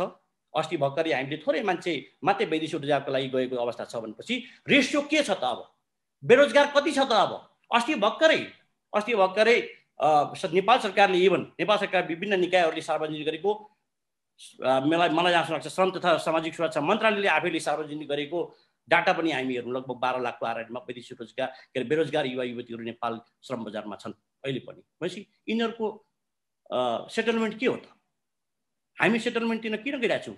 हामी कर्णप्रिय कुराहरू किन गरिरहेका छौँ? हामी हाइपोथेटिकल कुरा किन गरिरहेका छौँ? हैन, नेपालमा रोजगार सिर्जना हुने भए रोजगार सिर्जना हुने उपायहरू पनि अवलम्बन गर्नु पर्यो नि। त्यहाँ रोजगार सिर्जना गरिदिनु पर्यो नि त। वैदेशिक रोजगार फेरि अन्तत म के भन्न चाहन्छु भन्दाखेरि वैदेशिक रोजगार बाध्यता भएको छ। बाध्यता किन भएको छ भन्दाखेरि यहाँ रोजगार छैन। त्यो भएकोले गर्दाखेरि तपाईँ हामी सबै मिलेर नेपालमा तह तबकाबाट सबैले मिलेर यहाँ रोजगार सिर्जना गर्नुपर्छ, न कि हाइपोथेटिकल कुरा गर्नुहोस्। हाइपोथेटिकल कुरा गरेर कर्णप्रिय कुरा गरेर केही हुनेवाला छैन। आखिर मान्छेको पेटको भोको पेटको सवाल छ। यहाँ मान्छे खाना पाइरहेका छैनन्। यहाँ हजुरलाई थाहा छ अहिले पनि वैदेशिक रोजगारको निमित्त यो यो यो यो यो पहिलो लहर समाप्त भएपछि यो 3 महिना मात्रै वैदेशिक रोजगार खोलिएको अवस्था थियो। यो 3 महिनामा मात्रै 4.5 लाखभन्दा बढी दरखास्त व्यावसायिक हाम्रो के अरे विभिन्न मेन पावर संस्थाहरूमा आवेदन परेको छ। हामी अनुमान गर्न सक्छौँ बेरोजगारको सङ्ख्या कति बढिरहेको छ भनेर। सुजी सर, म हजुरलाई यहीँनिर रोक्न चाहे, फेरि पनि आउँछु। समय हाम्रा दर्शकहरू धेरै नै हेरिराख्नु भएको छ, विभिन्न देशबाट हामीलाई हेरिराख्नु भएको छ। प्रश्नहरू पनि आइ नै रहेका छन्। सामाजिक सञ्जाल फेसबुक लगायत हाम्रो यही इनबक्समा पनि प्रश्नहरू आइरहेका छन्। म यति बेला महानिर्देशक कृष्ण प्रसाद दवाडी सरतर्फ आउन चाहे। हामी चाहन्छौँ कि यो अहिले पनि हामीले कुराकानी गऱ्यौँ कि यो भयावह स्थिति नफैलियोस्, यसको नियन्त्रणमा आओस्। खुदा न खास्ता फेरि कुनै दिन यो बढेर गयो र श्रमिकहरूलाई उद्धारै गर्नुपर्ने दिन आयो भने वैदेशिक रोजगार विभाग कुन अवस्थामा छ, कसरी तयारी गरिरहेको छ, अलिकति छोटोमा राख्दिउँ न। मैले महानिर्देशक सरलाई आग्रह गरेँ। धन्यवाद सरोज सर, मलाई फेरि बोल्ने टाइम दिनुभएकोमा। अब मैले यसको छोटो उत्तर चाहिँ म दिन चाहेँ। मैले पहिले पनि मैले आफ्ना कुराहरू सेयर गरेको थिएँ। तथ्याङ्क उपलब्ध भइसकेपछि कुन म्याग्निच्युडको र कुन हदसम्म उद्धार गर्नुपर्ने हो त्यो गर्नको लागि भनेर नेपाल सरकार मन्त्री स्तरबाट एउटा ऱ्यापिड रेस्पोन्स टिम गठन भइसकेको अवस्था छ। र अहिले हाम्रो एउटा चाहिँ अब के भनौँ पोजिटिभ अवस्था नै भन्नुपर्छ। हामी कहाँ सेकेन्ड वेभ एकदम क्लाइमेक्स भएर गएको अवस्था छ र हाम्रा डेस्टिनेसन कन्ट्रिजहरूमा त्यो अवस्था देखिएको अवस्था छैन र अहिले हाम्रा उद्धारका कामहरू त्यति प्रम्प्ट गर्नुपर्ने अवस्था छैन। तर यदि त्यो अवस्था देखियो भने नेपाल सरकारले कस्तो नीति लिनुपर्ने हुन्छ, नेपाल सरकारको चाहिँ उद्धार गर्ने मोडालिटी के हुन्छ, र त्यसरी उद्धार गर्दा कुन कुन संयन्त्र प्रयोग गर्नुपर्ने हुन्छ र ती उद्धारका लागि कुन कुन निकायहरूको चाहिँ सहयोग लिनुपर्ने हुन्छ, त्यो कुरो गर्नको लागि नेपाल सरकारले एउटा ऱ्यापिड रेस्पोन्स टिम गठन गरिसकेको छ। त्यसले एकखेर आफ्नो मिटिङ पनि कन्डक्ट गरिसकेको छ र हामी अहिले तयारी अवस्थामा छौँ। र अब प्रमुख कुरो त के रह्यो भने हाम्रो डेस्टिनेसन कन्ट्रिज भन्दा नेपाल सेफर छ, म घर जान चाहन्छु, म घरमा चाहिँ बढी सेफ हुन चाहन्छु भन्ने अवस्था सिर्जना भएको अवस्थामा यो एकदमै बढ्छ भन्ने हामीलाई लाग्छ। र अहिलेको के अवस्था के देखिएको छ भने धेरै जसो नेपाली दाजुभाइहरूको दिदीबहिनीहरूको अवस्था यहाँभन्दा त्यो ठाउँमा सेफर देखिएको छ। त्यहाँ कहीँ कहीँ इन्जेक्सन पनि उपलब्ध भएको होला। हामी कहाँ म्यासिभ रूपमा हामी भ्याक्सिनेसन गर्न सकेको अवस्था पनि छैन। र नेपाल आउनुभयो भने पनि उहाँ सहजै आफ्नो ठाउँमा पुग्न पनि चाहिँ हामी विभिन्न ठाउँमा निषेधाज्ञा छ, कहीँ कहीँ चाहिँ सिलबन्दी नै गरेको अवस्था छ लोकल निकायहरूले। त्यो कारणले पनि उहाँहरू आउन नचाहेको अवस्था हो। मैले अहिलेलाई यति नै भन्न चाहन्छु। हस्, धन्यवाद। म होम सर तर्फ आउन चाहे। होम सर, मलाई सुन्दै हुनुहुन्छ? हजुर हजुर हजुर सर, सुनिरहेको छु। होम सर, हामीले लगभग हामी अन्त्यमा छौँ। म छोटोमा तपाईँको एउटा सानो मन्तव्य अथवा तपाईँको धारणा सुन्न चाहे। अहिले समग्र यो प्यानलको डिस्कसन सुने पछाडि आगामी दिनमा तपाईँ श्रम बजारमै रिपोर्टिङ गरिराख्नु भएको छ, श्रम क्षेत्रमै तपाईँले सूक्ष्म रूपमा अध्ययन गरिराख्नु भएको छ। आगामी दिनमा देशको अर्थतन्त्र, रेमिटेन्स र श्रम बजार कस्तो देख्नुहुन्छ? छोटोमा सुन्न चाहे सर तपाईँले। मैले यसमा दुईटा मात्र कुरा राख्न चाहे। पहिलो कुरा चाहिँ के बुझ्नुपर्छ भने हाम्रो श्रम बजार भनेको चलायमान श्रम बजार हो होइन। अघि उदय सरले पनि भन्नुभयो, यता मामन हाम्रो राजपूत सरले नि भनिसक्नु भएको छ। हाम्रो पहिलेदेखि नै के हो भन्दाखेरि हाम्रो चाहिँ सधैँ जति जस्तो मलेसियामा मान्छे गयो त्यो मान्छे 2 वर्ष काम गरेर मलेसियामा जस्तै सोचेको जस्तो नभएपछि ऊ फर्किन्छ, त्यही मान्छे कतार जाने हो होइन। कतारमा गएर फेरि 2 वर्ष काम गरेर फर्किन्छ, त्यो मान्छे राम्रो अवसरमा साउदी जाने हो। फेरि त्यही मान्छे फर्केर साउदी के अरे संयुक्त अरब Emirates, Dubai, Oman, Bahrain, Kuwait जाने। यो एउटा निश्चित श्रम शक्ति चाहिँ चलायमान भइरहेको थियो क्या। यो कोभिडले गर्दाखेरि यो चलायमानमा रोकिएको मात्रै हो होइन। अनि यो रेमिटेन्सको पार्टमा अहिले जस्तो बढ्यो, किन बढ्यो भन्दाखेरि चाहिँ धेरैवटा तर्क होला। त्यसमा चाहिँ मैले देखेको एउटा बलियो तथ्य चाहिँ मैले के देखेको छु भन्दाखेरि पहिला यसरी जति मान्छे उता जानेर आउने बराबर हुन्थ्यो भने बिचमा चाहिँ मान्छे यताबाट जति जानुपर्ने हो त्यो कम्पनीले चाहिँ जस्तो अब 10 जना मान्छे एउटा कम्पनीमा 100 जना मान्छे थियो, करोड अवधि सकेर 50 जना मान्छे फर्केको थियो भने त्यो 50 वटा ठाउँमा नयाँ मान्छे जाने हो क्या। त्यो भइसकेपछि त आखिर अनि अहिले 25 ठाउँमा चाहिँ 100 जना छ भने त्यहाँ चाहिँ केही नभए पनि 70-80 जना मान्छे काम गरिरहेको छ, खालि त्यहाँ 30 जना मान्छे नभएको हो अहिले पछिल्लो समयमा। त्यो भइसकेपछि कम्पनीमा चाहने मान्छे त अलमोस्ट झन् 80% 90% त काम गरिरहेको स्थिति छ नि एउटा। त्यो सँगसँगै त्यहाँ कम्पनीले के पनि गरिदियो भन्दाखेरि तलब वृद्धिदेखिबाट लिएर जस्तो अहिले पछिल्लो कतारले चाहिँ न्यूनतम तलबै बढाइदियो, त्यो तलब बढाउँदा सँगसँगै उसको ओभर टाइम बढ्यो होइन। मलेसियामा यहाँबाट कामदार नगएपछि 2017 देखि नै त्यहाँ कामदारहरूले चाहिँ ओभर टाइम बढी पाउने, कम्पनीले बढी पे गर्ने गरिरहेको छ। साउदीमा पनि अलिकति तलब भुक्तानी प्रक्रिया अलि राम्रो छ। त्यसले गर्दा उनीहरूको आम्दानी स्रोत चाहिँ अलिकति पहिलाको भन्दा अलिक बढेर अनिखेर त्यो सँगसँगै उनीहरूको त्यहाँ पनि त्यो के अरे प्रतिस्पर्धा सँगसँगै उनीहरूको टेक्निकल नलेज बढेर त्यहाँ पनि अपग्रेड हुँदै जाने अवस्था। त्यो मान्छे कम भए पनि त्यो कम्पनीमा हुने जनशक्तिको सङ्ख्या चाहिँ पहिलाको भन्दा केही कम हो, तर धेरै घटेको होइन। त्यसले रेमिटेन्स यता बढाएको कारण हो भन्ने चाहिँ मेरो आफ्नो बुझाइ छ एउटा। दोस्रो कुरा चाहिँ जस्तो पुनर्स्थापनाको कुरा गर्नुभयो, पुनर्स्थापनाको पार्टमा चाहिँ जस्तो सरकारले यो चालु आर्थिक वर्षमा वैदेशिक रोजगार प्रवर्धन बोर्डले वैदेशिक रोजगारबाट आएको मान्छेलाई पुनर्स्थापना गर्ने भनेर 15 करोड बराबरको कार्यक्रम छुट्याएको थियो। त्यो 15वटा कार्यक्रममा श्रम मन्त्रालयले त्यसलाई चाहिँ त्यो निर्देशिकालाई पारित नगर्दाखेरि त्यो कार्यक्रमै ल्याउन सकेन होइन। अनि यो बिचमा मैले यो लकडाउनको अवधिभर गएको भदौदेखिबाट फागुनसम्ममा म देशको विभिन्न पूर्वदेखि धनकुटादेखि यता के नवलपरासीसम्म काम गर्ने विदेशबाट फर्केर यहाँ आएर काम गर्ने मान्छेहरूलाई चाहिँ भेटेँ। झनै 40-50 जना जति मैले किसानहरूलाई भेटेँ।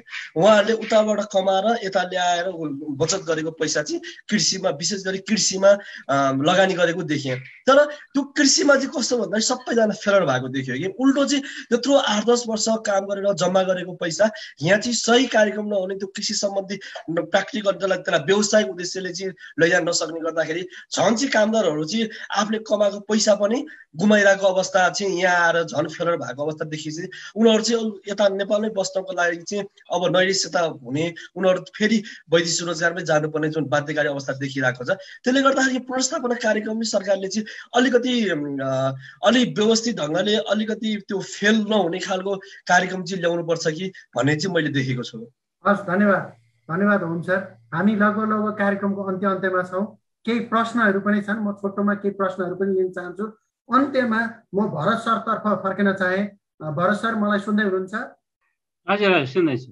भरत सर, अब एउटा सानो कुरा चाहिँ तपाईँले यहाँनिर क्लियरिफाई गरिदिनु पर्यो, किनभने तपाईँ यही सेक्टरमा लामो समयदेखि काम गरिराख्नु भएको छ।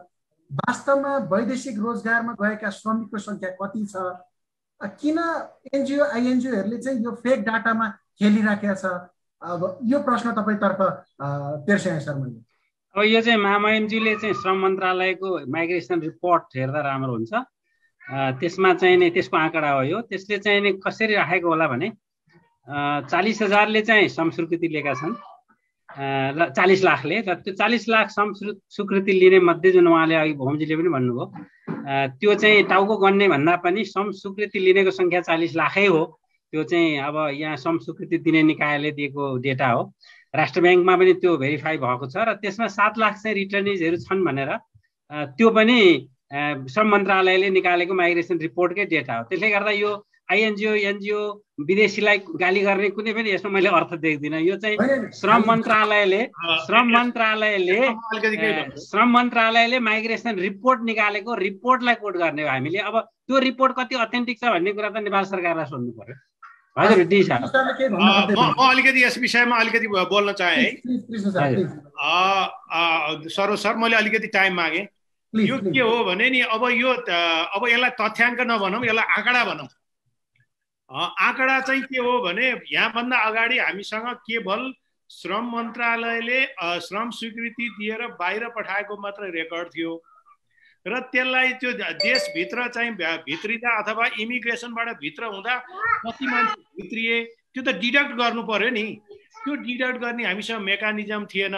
त्यसो भएर त्यो डेटा हेर्नु भने श्रम स्वीकृति लिएको भन्ने हुन्छ।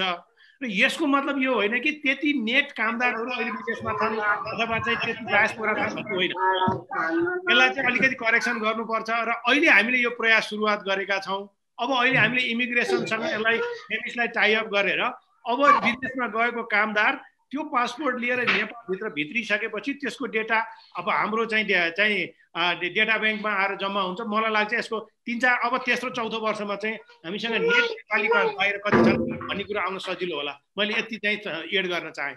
धन्यवाद कृष्ण सर। मैले तपाईँलाई यहीँनिर जोड्न चाहेँ। फेरि पनि कृष्ण सरलाई केही प्रश्नहरू छन्, छोटोमा मैले तपाईँको उत्तर अपेक्षा गरेँ। तपाईँ जिम्मेवार निकायमा हुनुहुन्छ। म 2टा प्रतिनिधि प्रश्न लिन्छु। केही श्रमिक जो विदेशबाट फर्केर छुट्टीमा घर आउनु भएको छ, लकडाउनको कारणले गर्दाखेरि अल्पत्र पर्नु भएको छ, फर्कन सकिराख्नु भएको छैन, कहिलेसम्म लकडाउन हुने हो निश्चित छैन। अब सुरक्षाका मापदण्ड अपनाएर हामी विदेश गएर काम गर्न पाउँदैनौँ अथवा हामी सुरक्षित रूपले हामी जान चाहन्छौँ, त्यसको प्रबन्ध सरकारले गर्न सक्छ कि सक्दैन? एउटा प्रश्न सन्तोषजीले टिपाउनु भएको छ भने अर्को सँगै जोडे सर मैले सविता श्रेष्ठले दुबईबाट टिपाउनु भएको छ। हामी जस्तै म जस्तै धेरै नेपालीहरू यहाँ अल्पत्र पर्नु भएको छ, हामी नेपाल फर्किन चाहन्छौँ, हामीलाई छिटोभन्दा छिटो उद्धार गरियोस् भनेर अर्को एउटा प्रश्न टिपाउनु भएको छ। यो प्रतिनिधि प्रश्न मात्र लिएँ सर, धेरै प्रश्न थियो। किन भन्दाखेरि यो प्रश्नहरू चाहिँ समग्र धेरै श्रमिकहरूको प्रश्न भएको कारणले गर्दाखेरि मैले यहाँबाट कृष्ण सरबाट यो प्रश्नको जवाफ चाहेँ सर।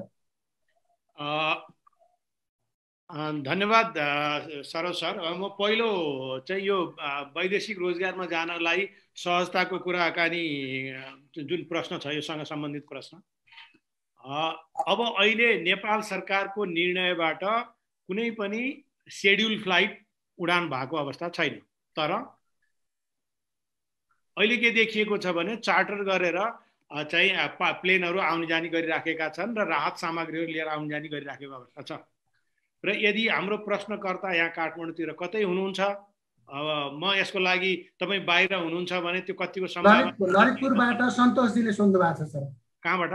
ललितपुरबाट सन्तोषजीले। अब यदि चाहिँ त्यो जाने देशमा यहाँ चार्टर प्लेन छ, त्यो चार्टर प्लेनमा टिकट यहाँको चाहिँ लिन सक्ने अवस्था छ भने अब मैले गरिदिन सक्ने कुरा चाहिँ के छ भने हामीले तपाईँलाई श्रम स्वीकृति अनलाइनबाट गर्नुहुन्छ।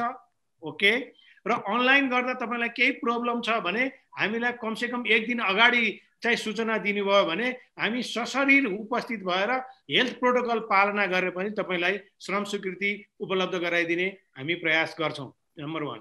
र जहाँसम्म उडानको कुरा छ, उडानको कुराकानी गर्दा तपाईँ यदि रिन्यू गर्न चाहनुहुन्छ, रिन्यू गर्ने चाहिँ हो भने तपाईँले आफैले चाहिँ त्यो सेड्युलको चाहिँ चार्टरको कुरा चाहिँ हेर्नु पर्यो, खोज्नु पर्यो चाहिँ हाम्रो नागरिक उड्डयन प्राधिकरणमा गएर। र यदि तपाईँ चाहिँ इजाजत पत्रवाला हाम्रो बोलीचालीको भाषामा म्यान पावर मार्फत जान चाहनु भएको हो भने तपाईँले म्यान पावरलाई भन्नुभयो भने म्यान पावरले त्यो सेड्युल मिलाइदिन्छ र हामीले श्रम स्वीकृति रोकेको अवस्था छैन। मैले चाहिँ यो विदेश जानको लागि हामीले गर्न सक्ने सहजताको एउटा उत्तर दिएँ।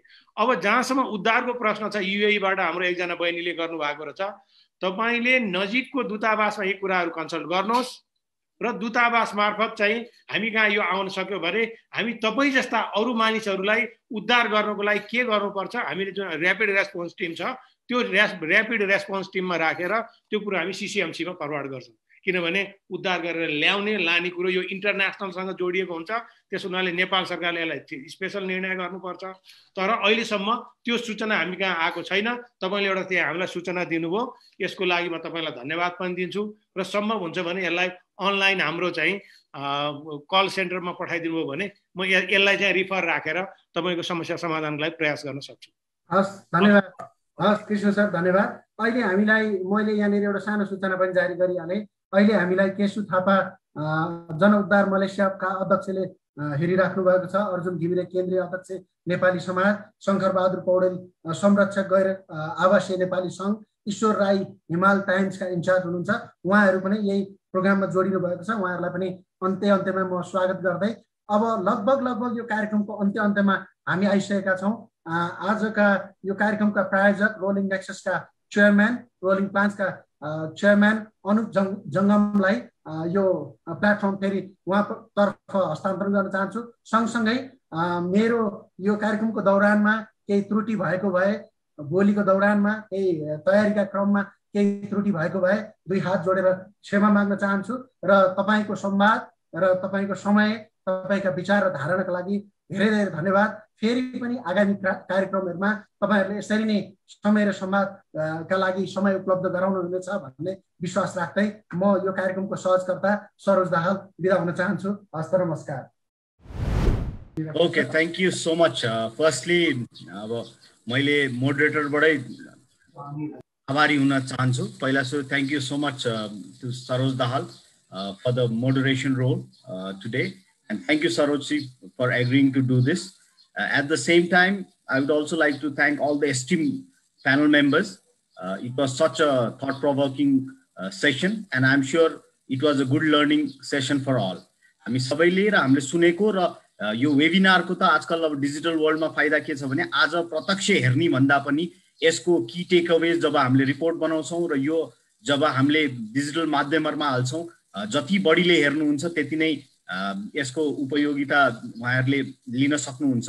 सो सबै प्यानल मेम्बर जुन चाहिँ हामीले हाम्रो इन्भिटेसन स्वीकार गरेर सबै प्यानल मेम्बरहरूले यति छोटो ड्युरेसनमा नि सबैले सहज र इन्भिटेसन स्वीकार गरेर आउनु भएकोमा म धन्यवाद दिन चाहन्छु। पहिलो प्यानल मेम्बर हाम्रो हिज एक्सेलेन्सी प्रोफेसर डाक्टर महेन्द्र सिंह राजपूतलाई धन्यवाद दिन चाहन्छु।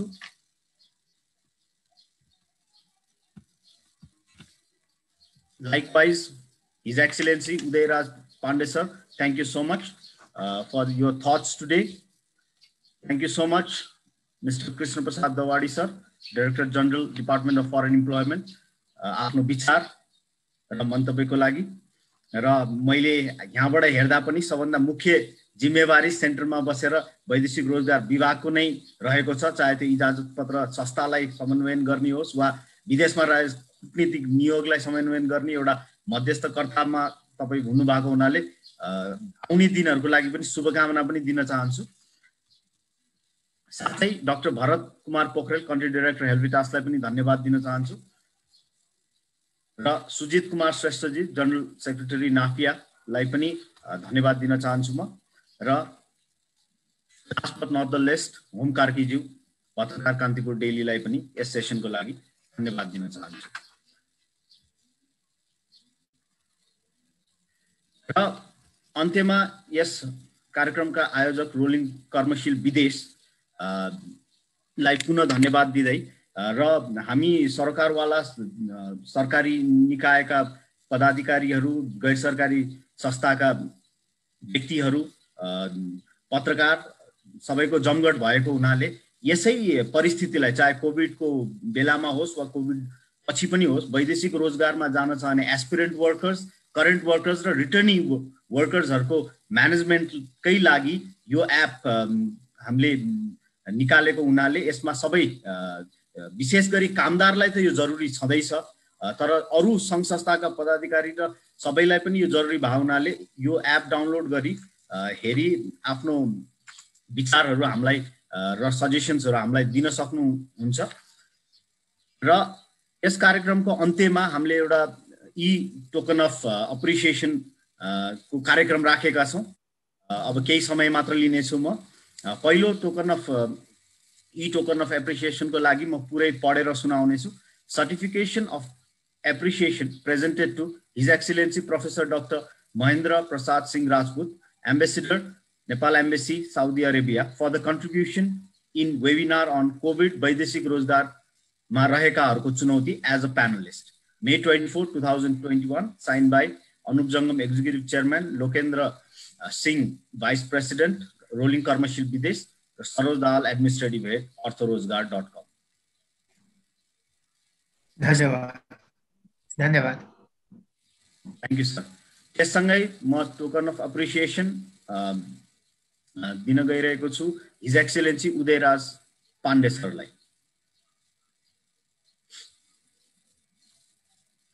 Likewise, certificate of appreciation presented to Mr. Krishna Prasad Bawadi sir. चौथो हाम्रो certificate of appreciation presented to Dr. Bharat Kumar Pokhrel, Country Director, Helvitas. Thank you.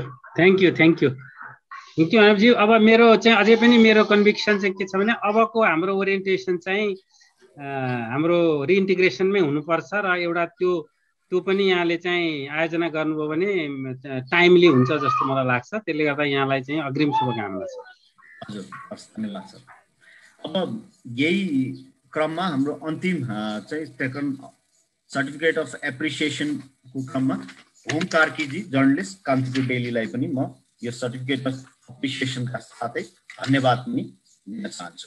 र यो पनि जानकारी गराउन चाहन्छु कि हाम्रो आजको सेसनको की टेक अवेजहरू हामीले प्यानलिस्ट तथा सबै रेजिस्टर्ड सहभागीहरूलाई पनि इमेल मार्फत उपलब्ध गराउनेछौँ र यो टोकन अफ लभ पनि हामी इमेल मार्फत सबै प्यानलिस्ट र मोडरेटरलाई पठाउने कार्य गर्नेछौँ. र यसै सन्दर्भमा हामीले डाक्टर भरत पोखरेलको पनि सुझाव लिनेछौँ. यही वेबिनारको क्रममा अर्को 10 दिनपछि हामीले विषय परिवर्तन पनि गर्न सक्नेछौँ, जुन उहाँले सोशल, इमोसनल र इकोनोमिक इस्युजको इकोनोमिक इन्टिग्रेसनको कुरा गर्नुभयो.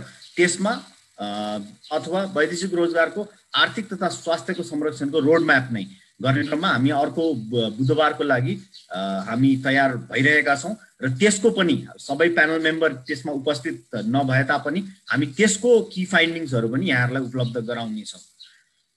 यसका साथै अरू प्यानल मेम्बरहरूलाई केही अन्तिम केही राख्नु छ भने म 1 मिनटको समय दिन चाहन्छु. छैन भने चाहिँ यो कार्यक्रम यही अन्त्य भएको र यसको कन्क्लुड भएको म जानकारी दिन चाहन्छु.